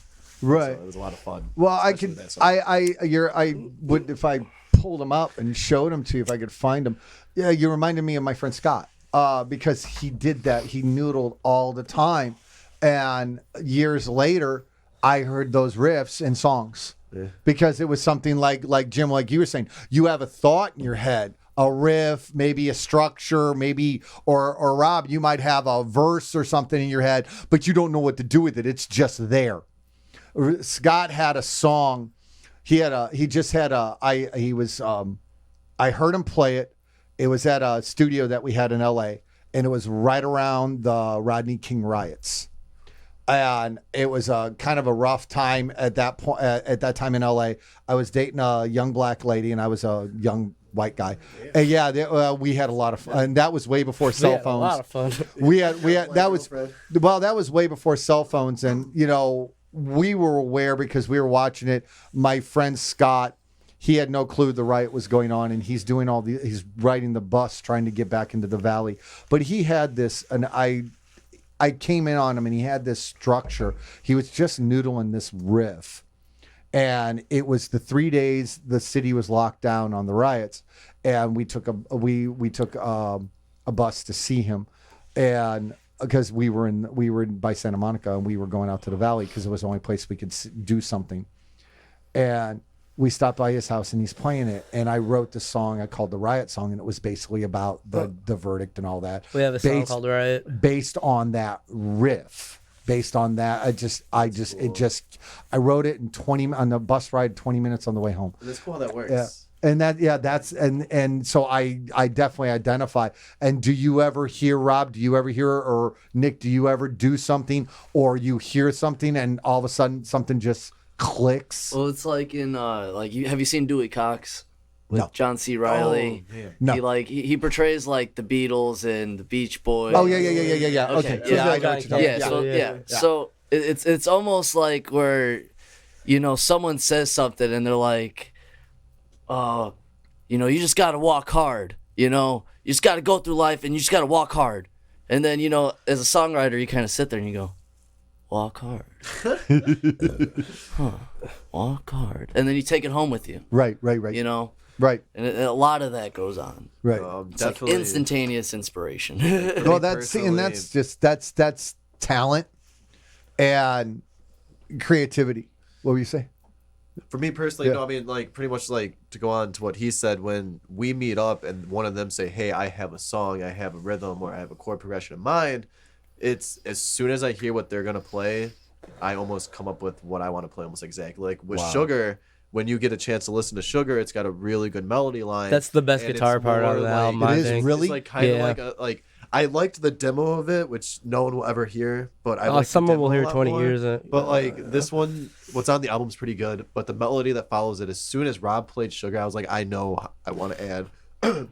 Excuse me, I want to add like a carnival theme. I want to add something that was really like clownish Really? and just really weird. I gotta And same check with it out. Home. As soon as Jim showed me Home, when he came up with the intro riff for it, I knew I wanted to add like a John Frusciante, like wah pedal type of Right. riff to it. And no, I mean, that's not to get all like corny and shit, but as soon as they come up with something, I love it so much. It's like I know exactly what That's I'm why Nick works Like, I really wanna- well because he knows exactly what we want to hear. You know, like, Right. Yeah. We're on Well, that I mean wavelength. that the biggest problem with the number one problem with bands. There was a band I want to say maybe 8 years. Not 8 years ago. Their name was Heaven's Basement. They were around for a very long time. They were an English band. They had one album called Filthy Empire, and you get a chance to look it up. It's a phenomenal album, but somebody in that band couldn't get along with the singer. They had since now fallen apart. Now they've all disbanded. He was one of the most charismatic singers I've ever seen. They almost stole the show from Pretty Reckless because Pretty Reckless was the headliner. But finding a dynamic where there's no ego, where you vibe, where you're all on the same page. You do something, Nick, Jim, you know what to do to pick it up, to compliment. You know, Rob's got a lyric, and then you're just all feeding it. It's all like it's like a symbiotic thing. And that just is to me, it's vital. If you look at all the really quality bands, they always have that same component. They don't really switch out people. And they can take time off, but when they come back, it's just a Rush always comes to mind for me. You know, we've always had our issues. I mean, we definitely have had our fair share of issues, that's for sure. But I We think always as make we up, though. develop, And you always will. yeah, And you I always feel will. like as we developed, Right. as the adults that we are today, I mean, don't get me wrong, we're definitely still young. We definitely still have a lot of bullshit and ego inside of us. Right. But I mean, I feel like anything or any animosity that went on between members of the band was us growing separately in our private lives, Right. and not really knowing how to balance it amongst each other. And so then you get that hatred, you get that like Right. blood boiling. Right. Someone doesn't schedule right, so a bunch of shit just collapse and it doesn't work out well. But then I think once everyone, and this is including me, this is including them, this is including everyone in the band, I think once everyone saw how serious that we can make this, how much we can actually achieve with it, we all kind of pulled our heads out of the ass and was just like, you know what, let's do this. Let's That's give for, like, the the greater hundreds good, of you know? thousands of dollars we have to the album. Let's play these shows. Let's schedule around work. If it's Troy or me that has to schedule around family or work, it's just, let's just fucking do it. Just do it, get it out of the way, and we'll compensate for that later in life. Well, I agree. I think that's the way to approach it, and I think you guys are doing a phenomenal job just talking to you. I can't wait to see you guys live. Don't forget they're going to be playing a range of shows in December. I'm not 100% sure this is going to get on by Tuesday. I'm going to try. That's why I won't say too much about the 27th show because it might not get on by Tuesday. But you do have the December 4th show at JJ Kelly's with Stolen Goods. Yeah, we got a lot going No, on. that's- I'll send you a list of the shows. Please. That's and then January we can just 4th. Tag it all. That's Yeah. January 4th. Yeah. Yeah. We Yeah, only what have I 2 need. shows in December Yeah, I as need well. any flyers. So Any my flyers? buddy Eric and my father work on the flyers. Yeah. So as those start shuffling in, because Send the them way to that me. I promote is like Yeah. if there's 6 shows we have, I only do the 2 most recent shows, right, and right, then right. I'll start after one show. Well- Yeah, and there's like some shows obviously we don't promote because they're too far away, and they're just Right. really for us to go out there and play and we'll promote keep- it, but it's yeah. definitely not on top tier with Yeah, everything we else have that we do. our priorities. Like obviously, JJ Kelly is Porter's. Anything big in the city, you know what I mean? Right. Like, You guys, other than HVAC, you play anywhere else? So we downtown? just played at Reggie's in the Music Lounge, which I think was a pretty big accomplishment Yeah, for we us because did not very well only there. did we do very well there, we actually got a really good amount amount of homegrown audience that came Sweet. to see us. A lot of But locals. we kicked ass. I was so I mean, we had a lot of pissed. fun, and I think I just actually emailed the Ellie girl that booked us there. I don't know if you saw inside the email, Yeah, I but saw she that. wants us back, and she would like, we'll work out something hopefully in the future God, to be can't back wait. there. And that's all we Yeah. want to do is it's Reggie's, then it's the Metro, and it's just up and up and up. Get Vic to the Vic, get Riv, to the Chicago Chicago Theater, Theater. and then take over the world. And then we're at that's the Soldier way Field. That's the way to do it. That is definitely the way to do it. I like that. I like how you guys are running things. I like how you guys are. I like your approach. It is. I like your approach. I think these venues, they know what they want, and it's all about getting bodies in and selling the booze. It is, and to go to some place like Reggie's. Then and on your first time and make a mark, that says something about the we music. got paid really well. We had to split it between all three bands, and for everyone to take home a pretty good chunk. That's not to bad. Show that we had a good amount of people there. That is great. Yeah, I was so pissed. Back in my head at about 4 p.m. I started remember seeing the throbbing. list of the bands, the checklist, and we were top on the list. No, We- so they were also charging the regulars, which I thought was amazing. That the door guy I heard him saying to one of the regulars like, "Hey, I got to pay these bands," which is, fuck yeah, thank you so much. you would guy who does expect the door that in Reggie's. Chicago, right? But I mean, so with the amount that we made, I divided it like how much tickets, and like I said, there was a good amount of regulars, but each person brought a good amount of people per band. There was over 80 people there that were at the show attending, and that's a good amount for people who are from Northwest Indiana that don't really have the marquee yet. in Well, when they Chicago. and the thing is that I don't know how many times I was like, yeah, I'm gonna go downtown, and then I decide, and 6:30 comes, I start getting ready. 7:00 comes, it's like, wow, I wonder what traffic's like. And that's understandable for the Wow, older crowd. yeah, right. most Wow, definitely. well, I got to park. Yeah, and I'll Parking's the worst I'll part. talk myself out of it, and but then again, I've been going downtown. You've Yeah, been I've doing been it for years. going downtown for 30 years. But what I like about Reggie's and about getting that venue and JJ Kelly's is, like you said, bringing 80 people for your first time is a testament to your draw. With that said, it was definitely split amongst the other bands, Yeah. but it was still a good That's amount of still 80 people there to nice. see us That that, is still obviously nice. liked And us. it was the first time. How did you get Reggie's? How you did I just get Reggie? emailed So, them? That was last minute. So what happens when we do shows is I'll constantly be emailing people, but this was one of the ones where Robert tagged me and someone that just posted a status saying, "Hey, my band's looking for someone to open for us." Oh, so And, it was another band there. Yeah, no. So there was Los Unos, was Jeff from Los Unos, the guitar player, singer. He posted a status. He tagged me in it. Robert tagged me in it, and I messaged him. And when shit like that happens on Facebook, that they're gonna get messaged about a good 20 to 30 to 40, 50 people that are gonna try to get on the spot. And all I did was message him and say, "Hey man," which I do all the time to people. "Hey, here's our single. Here's our music video. Here's how to contact me. Any opportunity you have for us, we would love to have. Let's make it really honey-dicked and sweet." And people like that. And I got the message back from Jeff like a couple days later. Actually, it was probably a week later. I didn't think we were going to get it. And he was like, "Hey, Ellie, the woman who does the booking there," which thank you a lot, Ellie, loves our music video and loved what we sent her. I sent her a Spotify link today. And so that's how I got it, was from Jeff, one of the other members of a band that was playing there. So we were supposed to open, I'm pretty sure, and they liked us enough to say, "Hey, you guys are closing the night," which was Awesome. amazing because the opening band was really good. They were a great jam band, and then Los Unos was a decent band there. I thought they were pretty good, and then Well, it's a down. tribute to the music, and definitely I want to keep me in the loop because we're doing a weekly bands around town dates, especially for our friends that we know or that we've talked to or work with. But I'll promote anybody. And so and you saw what I did on our Facebook. If I have a flyer, well, no, I appreciate you guys, and that's the whole point of this. Whole point is just to help independent bands. You don't need the recording part because it sounds like, from what I heard, you got it locked in. You don't need that. But we got a radio station, we got a radio show, and we got definitely. we love the radio shows. Yeah, They've been very fun. That's what we're trying to. That's the whole point. The whole point of doing this is it gives me something to do in my old age, and get me back to what I used to love doing when I was your ages. So, but we're gonna take one more time out and come back for the last segment. You're listening to the Independent House here on AP Radio. Hail Satan. All right. That's what's gonna get us famous.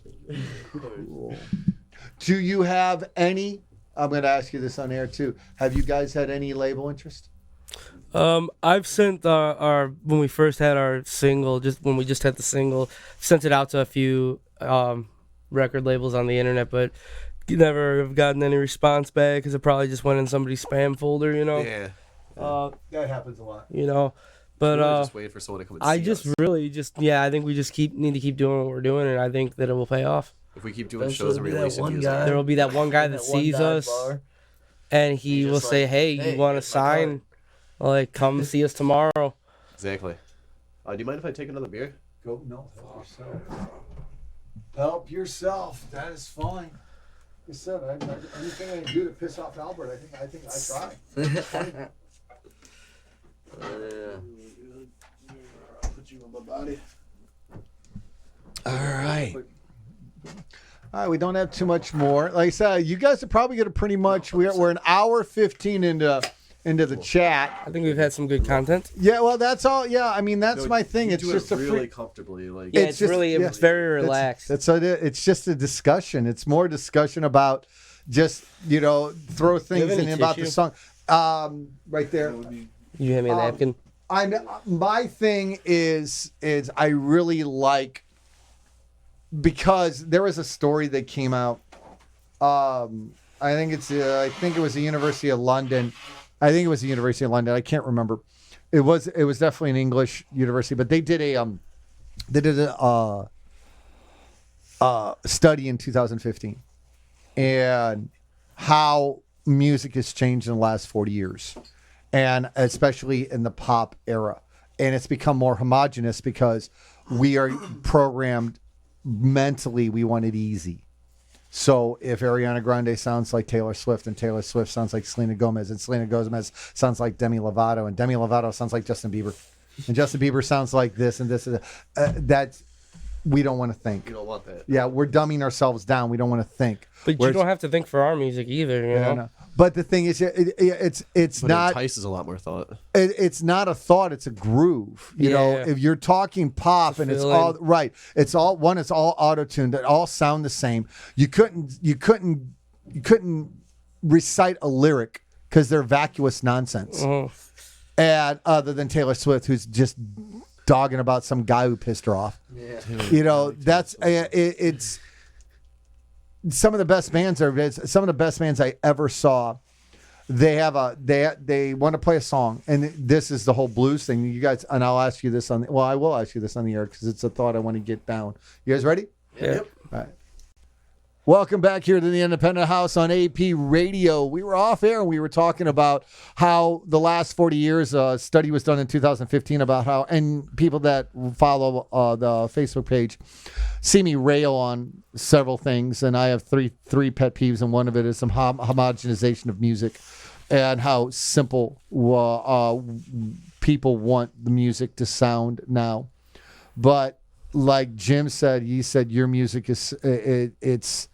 What did you say? You didn't say it is easy. it's easy, but it's not simple. It's just a feeling, you know. Right, because but it's a real groove. feeling. It's a groove.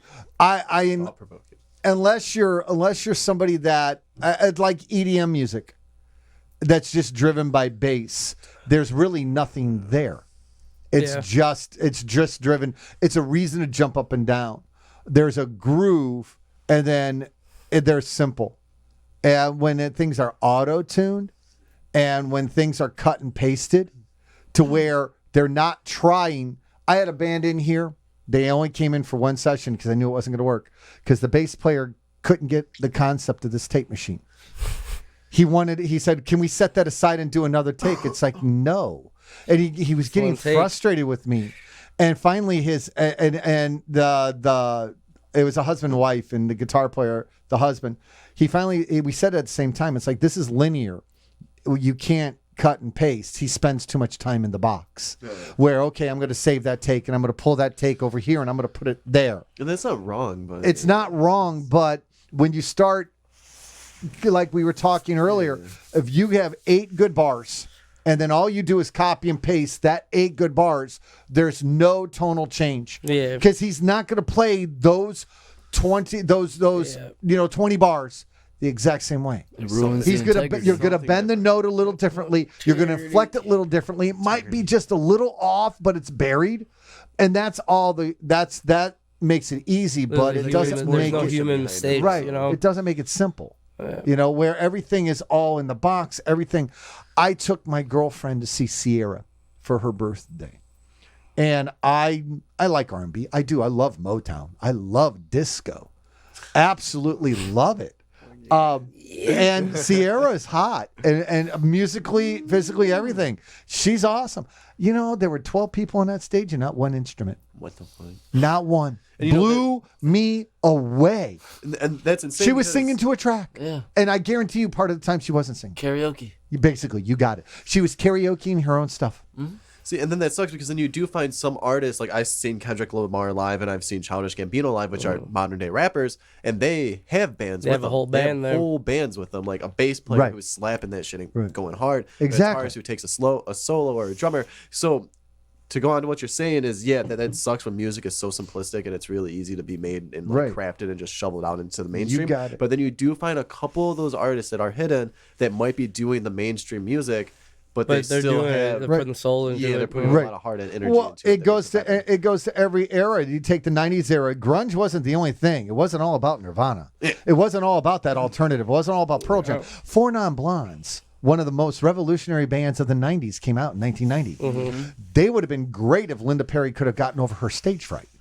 They would have been phenomenal. She writes most of the pop songs for Pink, for oh my God, Christina Aguilera. They had that She's- TV show with Linda Perry where there was like a songwriting challenge Yes. or something. Oh, yeah? Right. Yeah. And she just suffers from like Like Carly Brian Simon. Wilson. She suffers from massive stage fright. But Four Non-Blondes was a phenomenal, came out of the grunge era. There's a lot of stuff. Lenny Kravitz, 5, came out right smack dab in that grunge era. Yeah. So you're right. There are true people like Lady Gaga. The reason analog is starting to come back with vinyl and cassettes, and that is you're getting artists like Lady Yeah, Gaga vinyl's supposed to outsell CDs This for year. the first time. This Yeah. year. Seeing the Facebook post. and Everyone saw it. And cassettes are gonna outsell if the way they're tracking cassettes will outsell G Fuel. CDs next year. But Lady Gaga's her last 2 albums, her most recent one that she's working on is going to come out in 2020, and the one I think she released in 2018 or 17 was done on 24 track. Oh, And there's a couple like others. I Impala can't does remember. that too. Yeah. They at do least all they did analog. with the album that I have on vinyl. I know The, you were telling me that's supposed to be like their last like homemade album or some shit. Like, I don't know. No. You're talking about the one with like the elephant song on it. Yeah. It's a good album. Yeah, it's a good It album. only kicks Who is ass. it? What album? Tame Tame Impala. Impala. They're like I a don't know new, them. like psychedelic. Beatles. They're like like Summer of Love psychedelic. yeah, you like know, really good, but they're modern. A current band? Yeah. And it's like Okay. Temples. Temples. Oh, Temples is the shit. Yeah. Sierra just got the hard copy of their new album. Yeah, for buying the tickets I to was go see listening to them. the Temples like when the guy that was in Temples, he was in a band called the Moons, and like I was listening to him when he was still in the Moons, and then Temples came out. Come with us to the concert, man. Yeah, I would love to come to that. That would be Badass. dope as fuck. We're gonna plug other Be like bands a- while we're talking That's about That what it. would be like a blast from like when I was like a junior in high Well, no, school. You but know? I mean, so that's really cool because that goes along to what you're saying though. Is there are bands that are in the mainstream, Right. I guess or that are in the now, like Tame Impala and Temples that Right. really capture that really cool psychedelic. They try. Psychedelic summer of love, that 60s, 70s vibe. Yeah, like the English Vietnam War, psychedelic, like, type you know? of like feeling, and they do a kick-ass job. And don't get me wrong, some of it is definitely a little overproduced, and they try to add too much of the Too much tonality to synth. it. But it is cool though to see that there are bands that are trying to sound like the Beatles, and they're trying to sound like the Monkees, or they're doing Well, something and that's that really cool. and it's all about getting back to a true sound. One of the worst inventions ever in music was autotune. Well, Austin, my son, he said, we're gonna have to get autotune. I go, yeah, it would kill me first. He goes, they're gonna want it. I go, well, I'll buy it when I have to. It's like, no, that I'm trying to not do that. Yeah. I don't want to we do didn't that. get auto-tuned. and- We got pitch corrected. Yeah. Well, no, you can pitch correct. Autotune is something completely Yeah. different. I have a harmonizer. Okay, that will correct your pitch. Yeah. So if you're a little flat, I'll harmonize you. So it affects your voice and it will harmonize. Auto-tune, it's same as cutting and pasting 8 bars. Yeah. It's not taking the voice. Yeah. It's taking the voice and modulating it, and then it comes out. A computer is fixing it. And so it sounds fake. Yeah. And that's why they all sound the same. But talk about, you brought it up, today talent. Childish Gambino. Forget just Childish Gambino. Donald Glover. Yeah, he's a genius. Oh Amazing, my dude. He's God. a genius. Comedian, musician, movie star. Well, He's one, great. he was the He was youngest. fucking Lando He was the Calrissian. youngest. He was the youngest writer on Third Rock from the Sun. He was so young. He was that- on Third Rock from the Sun. No, he was a writer. He was a writer. And he was I didn't so know that. he I did didn't know that that. through high school, and he was Yeah, because that show's from like the could- 90s. He would Holy get stopped. shit. He would get stopped at security, and they wouldn't let him in because they didn't believe he was a writer. Because he was so young. Yes, Damn. he's like 18 years old.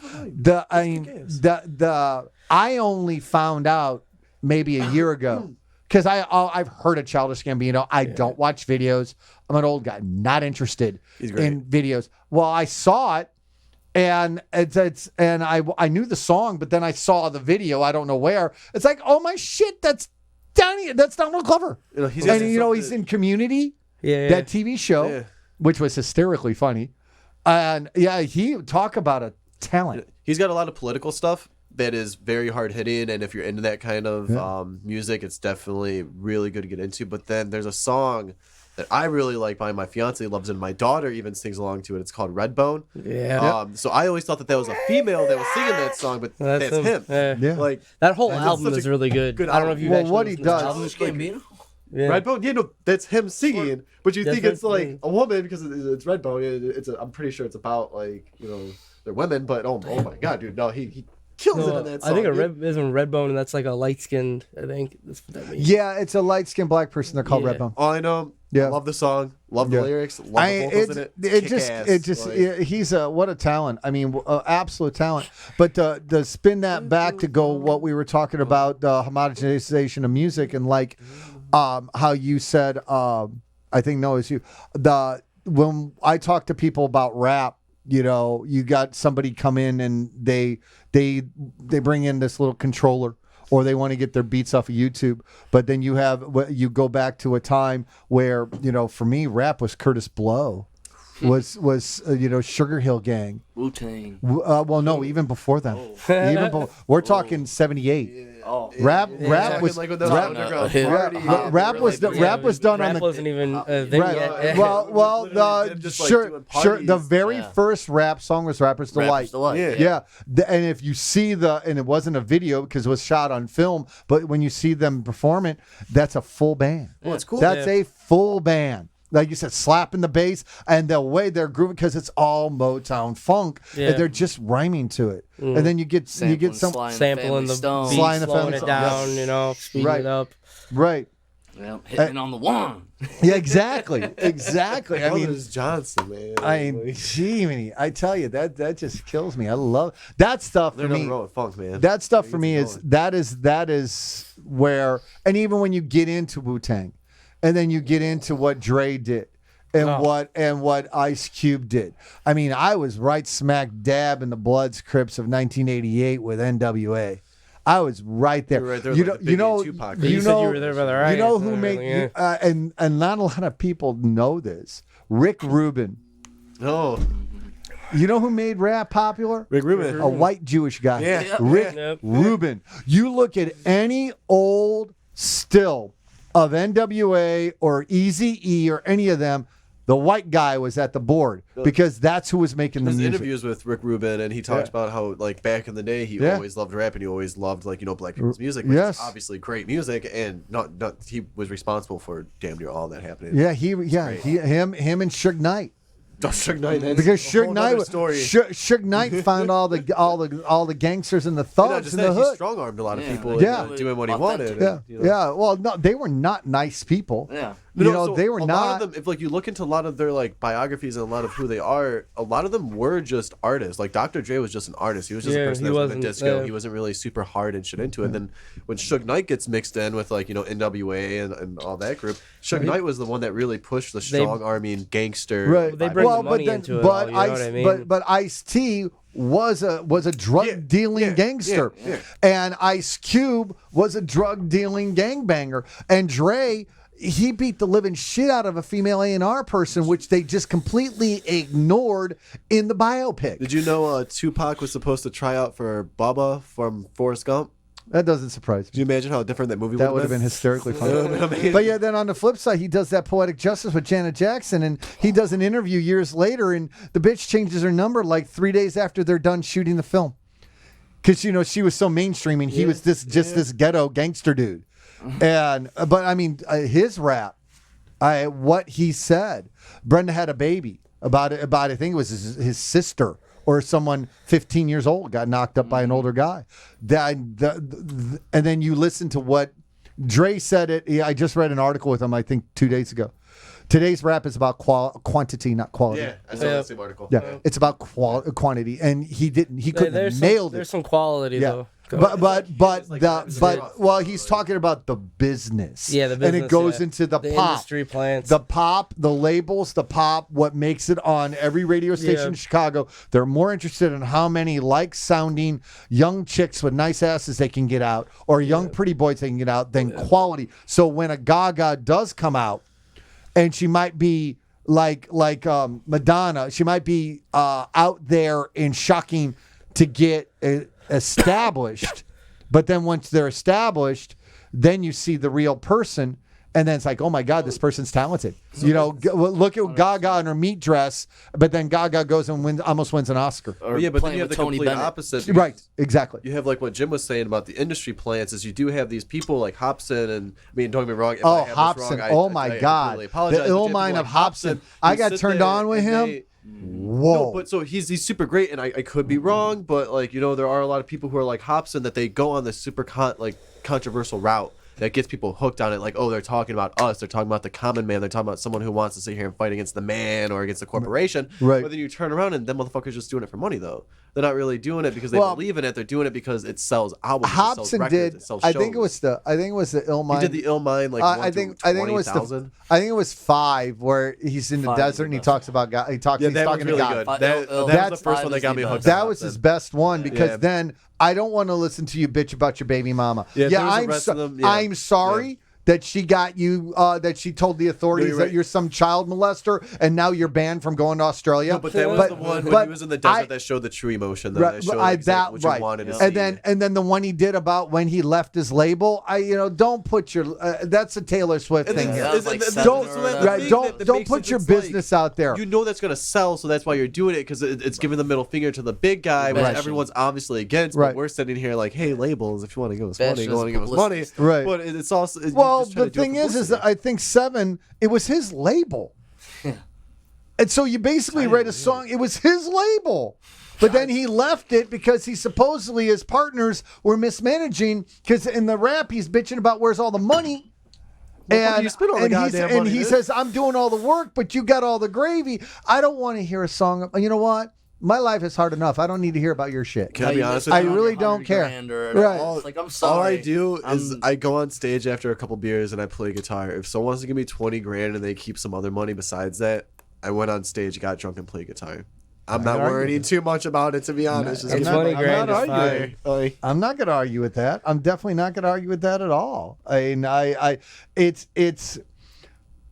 Part of what we do at the Independent House, there's a lady named Allie Handel, and I don't want to say she's an old lady. She's had a very successful career. She's worked with Grammy Award-winning producers. She's worked with Grammy Award-winning engineers. She's written songs. And the only reason I know she's been around, she's written songs for shows like St. Elsewhere. So she's not 20, But does anybody know who she is? No. But that doesn't mean she hasn't been successful. Like that, what's that songwriter? The dude with he's got like rainbow hair. There's He a bunch wrote, of- I know what you're talking about. He Come did- on, feel the Yeah, noise. he, wrote um, that song. Oh, He wrote, yeah. What's his name? He wrote that Aerosmith song There's a lot too. of people But that it do was, that shit, dude. Right. there's something wrong Yeah. in the world today. Yeah. Don't know Like what the- it is. Right. The guy, the man Yeah. behind the curtain. too. Right. Yeah, he wrote that. It was supposed to be for John Lennon, but then he gave it to Aerosmith. Right. Like, And the thing is the idea of doing something that you have a passion for, music or painting or whatever, you don't want to swing a hammer. You don't want to be a machinist. You don't want to deliver pizza. You want to get up and you want to play your guitar or play or whatever, and you want to go out and tour and you want to make albums. You don't need to be. Everybody would love to be famous. I believe that. I do believe it. But wanna the be famous. hassle and the headache, and I know exactly couple why. Advil. I know exactly why all these damn rockers from the '90s and all that OD'd. Well, yeah, that's why they all died Boredom. from heroin. Yeah. Boredom, because they only work 2 hours a day. Then they're in the bus. Then they got to drive somewhere.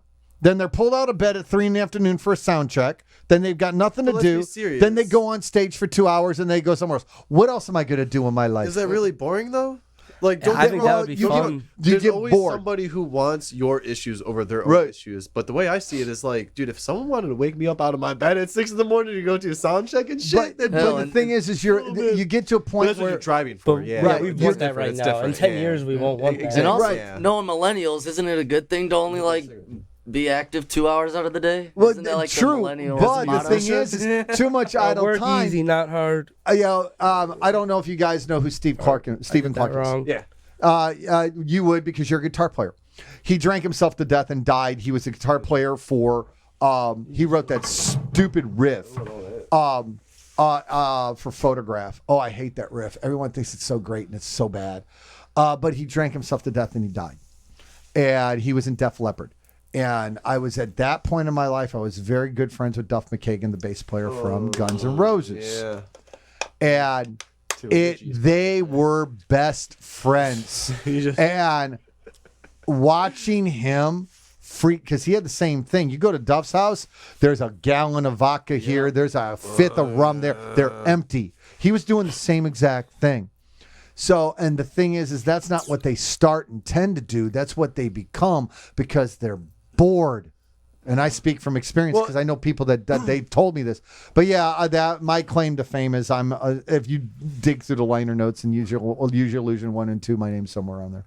Well, so that's a big thing. That Definitely. speaks to me. I'm a big Guns N' Roses fan. Huge. Yeah. As I can see that being a big thing with us is because like us as a band, we love to party. Right. We love to hang out. We love to get drunk. We love to live the do drugs and just lifestyle. hang out, Right. like sex, drugs, and rock and roll. All You the way to got the it. fullest. I'm all for it. You know what I mean? And so I get what you're saying. There does become some point where that does poison a person. It can. And you're doing Right. it for so much and so Right. long that it's like, okay, you've been doing this for a couple of years. You What eventually else want to is get to there? the farm Right. with You're your gonna play a family. show. You know? You're gonna do a show.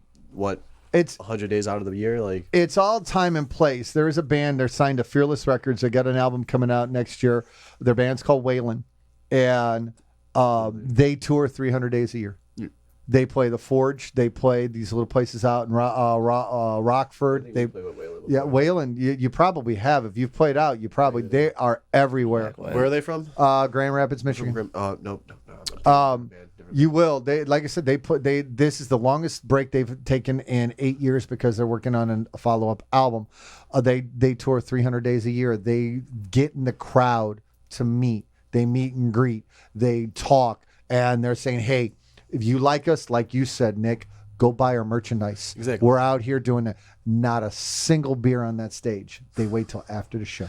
Yeah, you see, that's Yeah. definitely the more professional route It's to take. all We were doing that, it's time but and we- place. we're They're not doing it no drinking more. I get water. They're drinking water because it's time and place. They're pounding them down after, but it's about doing their job. I feel like That's a big definitely a more thing. better way to go I feel like about a it. big thing is like, okay, they're playing an instrument, so you can kind of sit there half days and be like, okay, see, or Nick is so damn good, he just closes his eyes and plays Right. the high in harp. the You know, moment. it's like it's Right. amazing.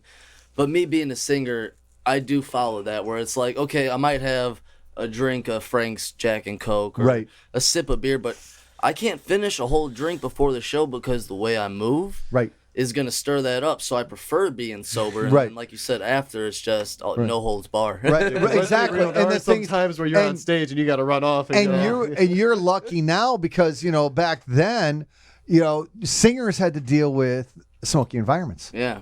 And that fucks up lungs. And you're trying to sing, and that you've got more smoke, and then you've got all the effects coming. Yeah, it's always time and place. Now, I mean, yeah, of course, hindsight's 2020.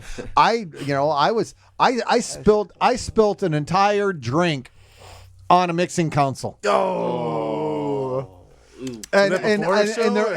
during. Oh, And the thing is I didn't do it, but I did it because it was my drink. It was a 7-7. My ass put it right here, and it was bumped. So you bet it was my fault. Yep. Yeah. And the band is live. And 7-Up just started eating all the silver. yeah. Yeah. and that starts shorting out. I never from that point on. Claim You the know fame what? right there. At that point on, I'll do a shot in between sets. I want nothing near my desk when I'm working live. Nothing. I'll be completely honest. I think my Yeah. favorite route to go when we're playing live is if we can have just a couple beers and you smoke just like a little bit of. Yeah, nothing too heavy. You dial nothing in. Too heavy, nothing too. Yeah, crazy. you dial Let get yourself in. loose. You let Yeah. yourself kind of feel it because Gets that I'll be honest, homeostasis. when I first started playing live, I was glued to where I was, just right there playing, and that was all I did. Right. But then now I love the feeling of playing live. I love, hey, dude, Troy's about to go in on a drum solo. Round of beers right now. Let's all get it. You know. What There I you mean? go. We're drinking our beers. We're feeling good. But I think for each person that's different because you definitely do have the people where like what Rob is saying, he doesn't want to get too extreme because there might be a point where he's like, okay, I'm singing, I'm sweaty, I'm hot as hell right now. I might have to go out and throw up. Like really quick. there's been a few shows where it's been super smoky, and Right. I've had like those at couple Porter's, drinks, and I'm sitting there, and we're playing Money, for instance. That's the one with Beatles. Troy's drum solo. Right. We're playing Money, and I'll look at Troy. I'm like, hey, I'm gonna go hurl, dude. You need to extend this drum solo. Right. I come back 3 minutes later for the little drum roll into it, song back to normal, but it's still It's not easy. it's not easy Right. getting back in that groove like that. Yeah, well, and sometimes you It's can't. easy to Then fall it, right, and that's why I always go back to time and place. Yeah, everybody wants to be the rock star. Not everyone wants to be, like you said, sex, drug, and rock and roll, which is fine. You're playing a 2-hour set when you're that low, when you're that size. That means there's 23 hours in the day to be the rock star. I saw Aerosmith, and I watched Stephen Perry Joe Perry fall off the fucking stage. No, you see, and you don't want to be like that. What's the fucking happening? Yeah, because he was so. This is when Poplar Creek wasn't a mall; it was a venue like the Tinley Park one. Fell right off the fucking stage. They got him up, and then Tyler and him start fighting. The roadies have to pull them all off. They 5 pull years them from all now. in back. They cancel the show, and they broke up like 2 days later. Wait, you're talking about Black Hand? No, yeah. There you go. Yeah. But yeah, it's all time and place, and you want to do your craft, you want to do what you want to do, and everybody wants to party. But the reason these guys get out of hand is they're given everything. Yeah. Everything's given to them. Everything's done And you're for right. them. There is a time and place. And I'm sorry, we have idle minds. We Yeah. get bored and we do stupid things. It's and we like get bored. You you're not want to gonna eat sit that bite there of the and, apple. You're Yes, not trying you to face got the it. whole 8 ball and then go on stage Right. and shit. And we dumb as always hell. we had a whole routine, and I was in the front of the house. It's like we'd get dialed in. That's what we call it. We go in the back, do whatever substance we wanted to do, or was our substance of choice, and we dial in for the show. But yeah, when that drink, and I watched it in slow motion, Yeah. and it poured all over that side of the desk. It was a PV Mark III. Yeah, so much that cut the night short. Yeah, I was able to make it work, but then we had to take the board in. It was a mess. So I mean, that shit happens yeah, sometimes. yeah. And so what? Last recap. Give me a if this airs Tuesday, they're going to be Wednesday. Come out, hang with me at JJ Kelly's for Black Hand. What time do you guys go on? We are going to go on, and I believe 10:15. We have On 11 opening up for us, which is my Awesome. fiance's mother's fiance's band. Awesome. Which just straight covers from 70s to modern, which they're going to kick ass. But they're going to open up the show from about 9 to 10, and we'll go on about 10:15. Cool. What are you guys playing in December? In December right now, like I said, on the 7th, we have Sugar School, which we're opening up for a really good buddy of mine, Bo Jingles, who is in our band. I'm sorry, Bo, I forgot the name of your band. I greatly apologize for that. But so that's over out in Sugar School. And then Where is on that the at? Darien. Oh yeah, No, Darien. no, Darren. That's in that river. It's river something, right? It's Frank. It's Frank. No, Is it Frankfurt? Frankfurt? I don't know. It's somewhere out in Illinois. All right, well, I'm we'll so get sorry, that. Sugar We'll School. get that. We'll make sure get we that. clear it out. But yeah, then, we'll but then get we that. have the 21st in December, which is at obviously Jack's. confirmed, which is going to be at Jack's in Lansing, Illinois on Ridge Road. That'll be which fun. That one is The gonna be winter fun 'cause we solstice. party like a motherfucker. Oh, yeah, At, our, it is, yeah. at our local bar shows, we have fun. So Awesome. come out and we'll you make get to sure actually you have a talk good time. to us. It's all about fan interaction. We're singing fun. Psycho Killer. You bet your ass. You get your opportunity to sit there in the group and sing with me. There's always an Awesome. after party. You know, So- it's always it's a blast. Well, thanks for coming, guys. I appreciate it. Paul, thank you. Oh, Appreciate you, anytime. man. I like I said, I definitely was here to help you guys get your word out and get your music out. I love it.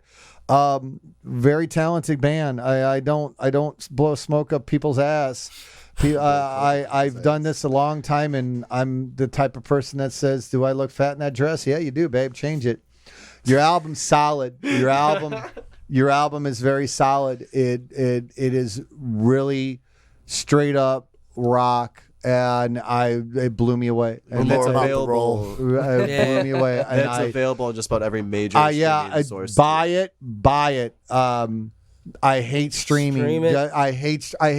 You know, just really quick. This is my second pet peeve. I'm all for getting your name out there. I get it. I understand your guys' point, but this stuff has value because you guys have a talent. And streaming, Spotify pays 43 thousandths of 1 cent. Yeah. So how much for is the a math, stream? because you guys know the band called Adidas Way? Adidas Way 8 years ago was signed to Geffen for 4 years. And labels are a market. It's all free market. You don't sell, you get dropped. Yeah. Well, Rick DeJesus, who is a friend, sorry, Rick, I say this all the time. He got his panties in a bunch because he got dropped. He took it personal, which is fine, because then he decided to basically say, F you, Geffen, I'm going to do it myself. Now they are approaching about 1 million followers and views on Spotify, which is great. Phenomenal. Not Great. seeing anything from it though. $4,300. And that's only if you get 1 Yeah, million people we got to 43 all. cents. We got a Yeah. check for 68 cents. Did we? Yeah. Yeah. If he on 43 thousandths of a cent, 1 million followers gets you $4,300 only if all million listen. So it's Yeah. saying I'm sorry, your music is worth more than that. Oh, yeah, that's yeah. why I'm not a fan of streaming. But No, that's you're right. You're right. That's If my you soapbox. can do it, definitely Buy the your album off buy the iTunes, album. Give Once us what you can. Yeah, once you guys have a hard copy, I will tell everybody to buy it. But Come to the shows. you guys are more than welcome to come here, record anytime you want. I know you got your guy and Kyle, but I'd love to work We'll with try you. to get Kyle in for you. Any- too, one you time. bring him. That'd be really cool. Bring That'd him. be We badass. usually Love do to a meet whole him. interview with just Kyle. Yeah, I'd That'd be love to. amazing, We'd talk. yeah. Yeah, really Well, cool. it would be too geeky because we would talk. Well, no, that's No, fine. that'd be perfect. Yeah, yeah, You but guys yeah. would love that. Oh, We'd I- love we'd us have to a be ball. ignorant. He's in like between. part of the inside circle, so Yeah. interview the whole inside circle. I'm you all know? for it. But yeah, Thank you, I Paul. definitely will see you guys on Wednesday. I definitely look forward to talking to you guys more. Thanks for coming out. Oh, thank you so much. Anytime. That's going to wrap us up here on this session of the Independent House. We went long, Black but Hand. you know what? It was a great show. It was a full session of Black Hand. Black Hand. 14-track album. You want to download it where it's at, buy it at iTunes. Check it out on Spotify, any of the streaming services. We will talk to you next time. I declare this session of the Independent House adjourned. Take care. Good night. See ya. Hell's hand. There you go, guys. Thank you, Paul. Hell yeah, thank you. Thank you. Yeah, that was awesome. Anytime. No, you did a really good job You making actually that really interviewed us. cool. You actually That was interviewed really us. good. We've had a couple interviews where it's been like us kind of, keeping it going. Yeah. Like, oh yeah, we're gonna talk about we're gonna talk ask each about other it. questions. That was a lot of fun. I had to hit It Why was you like very it? relaxed. Got to talk about stuff that wasn't just us either. No, and that's what That's was really what cool. really makes an is interview, we were I able think, to have a is conversation. when you have a know? conversation. Well, that's yeah. all for me. That's all it is. It's a huge conversation. That's all I want to do. I could have made all these notes, but then my So thing this is like a podcast too. It's gonna be. it like will be a video? podcast, and it will Yeah, be. I got my drip on. It will be a pod. It will be a podcast. It will be a.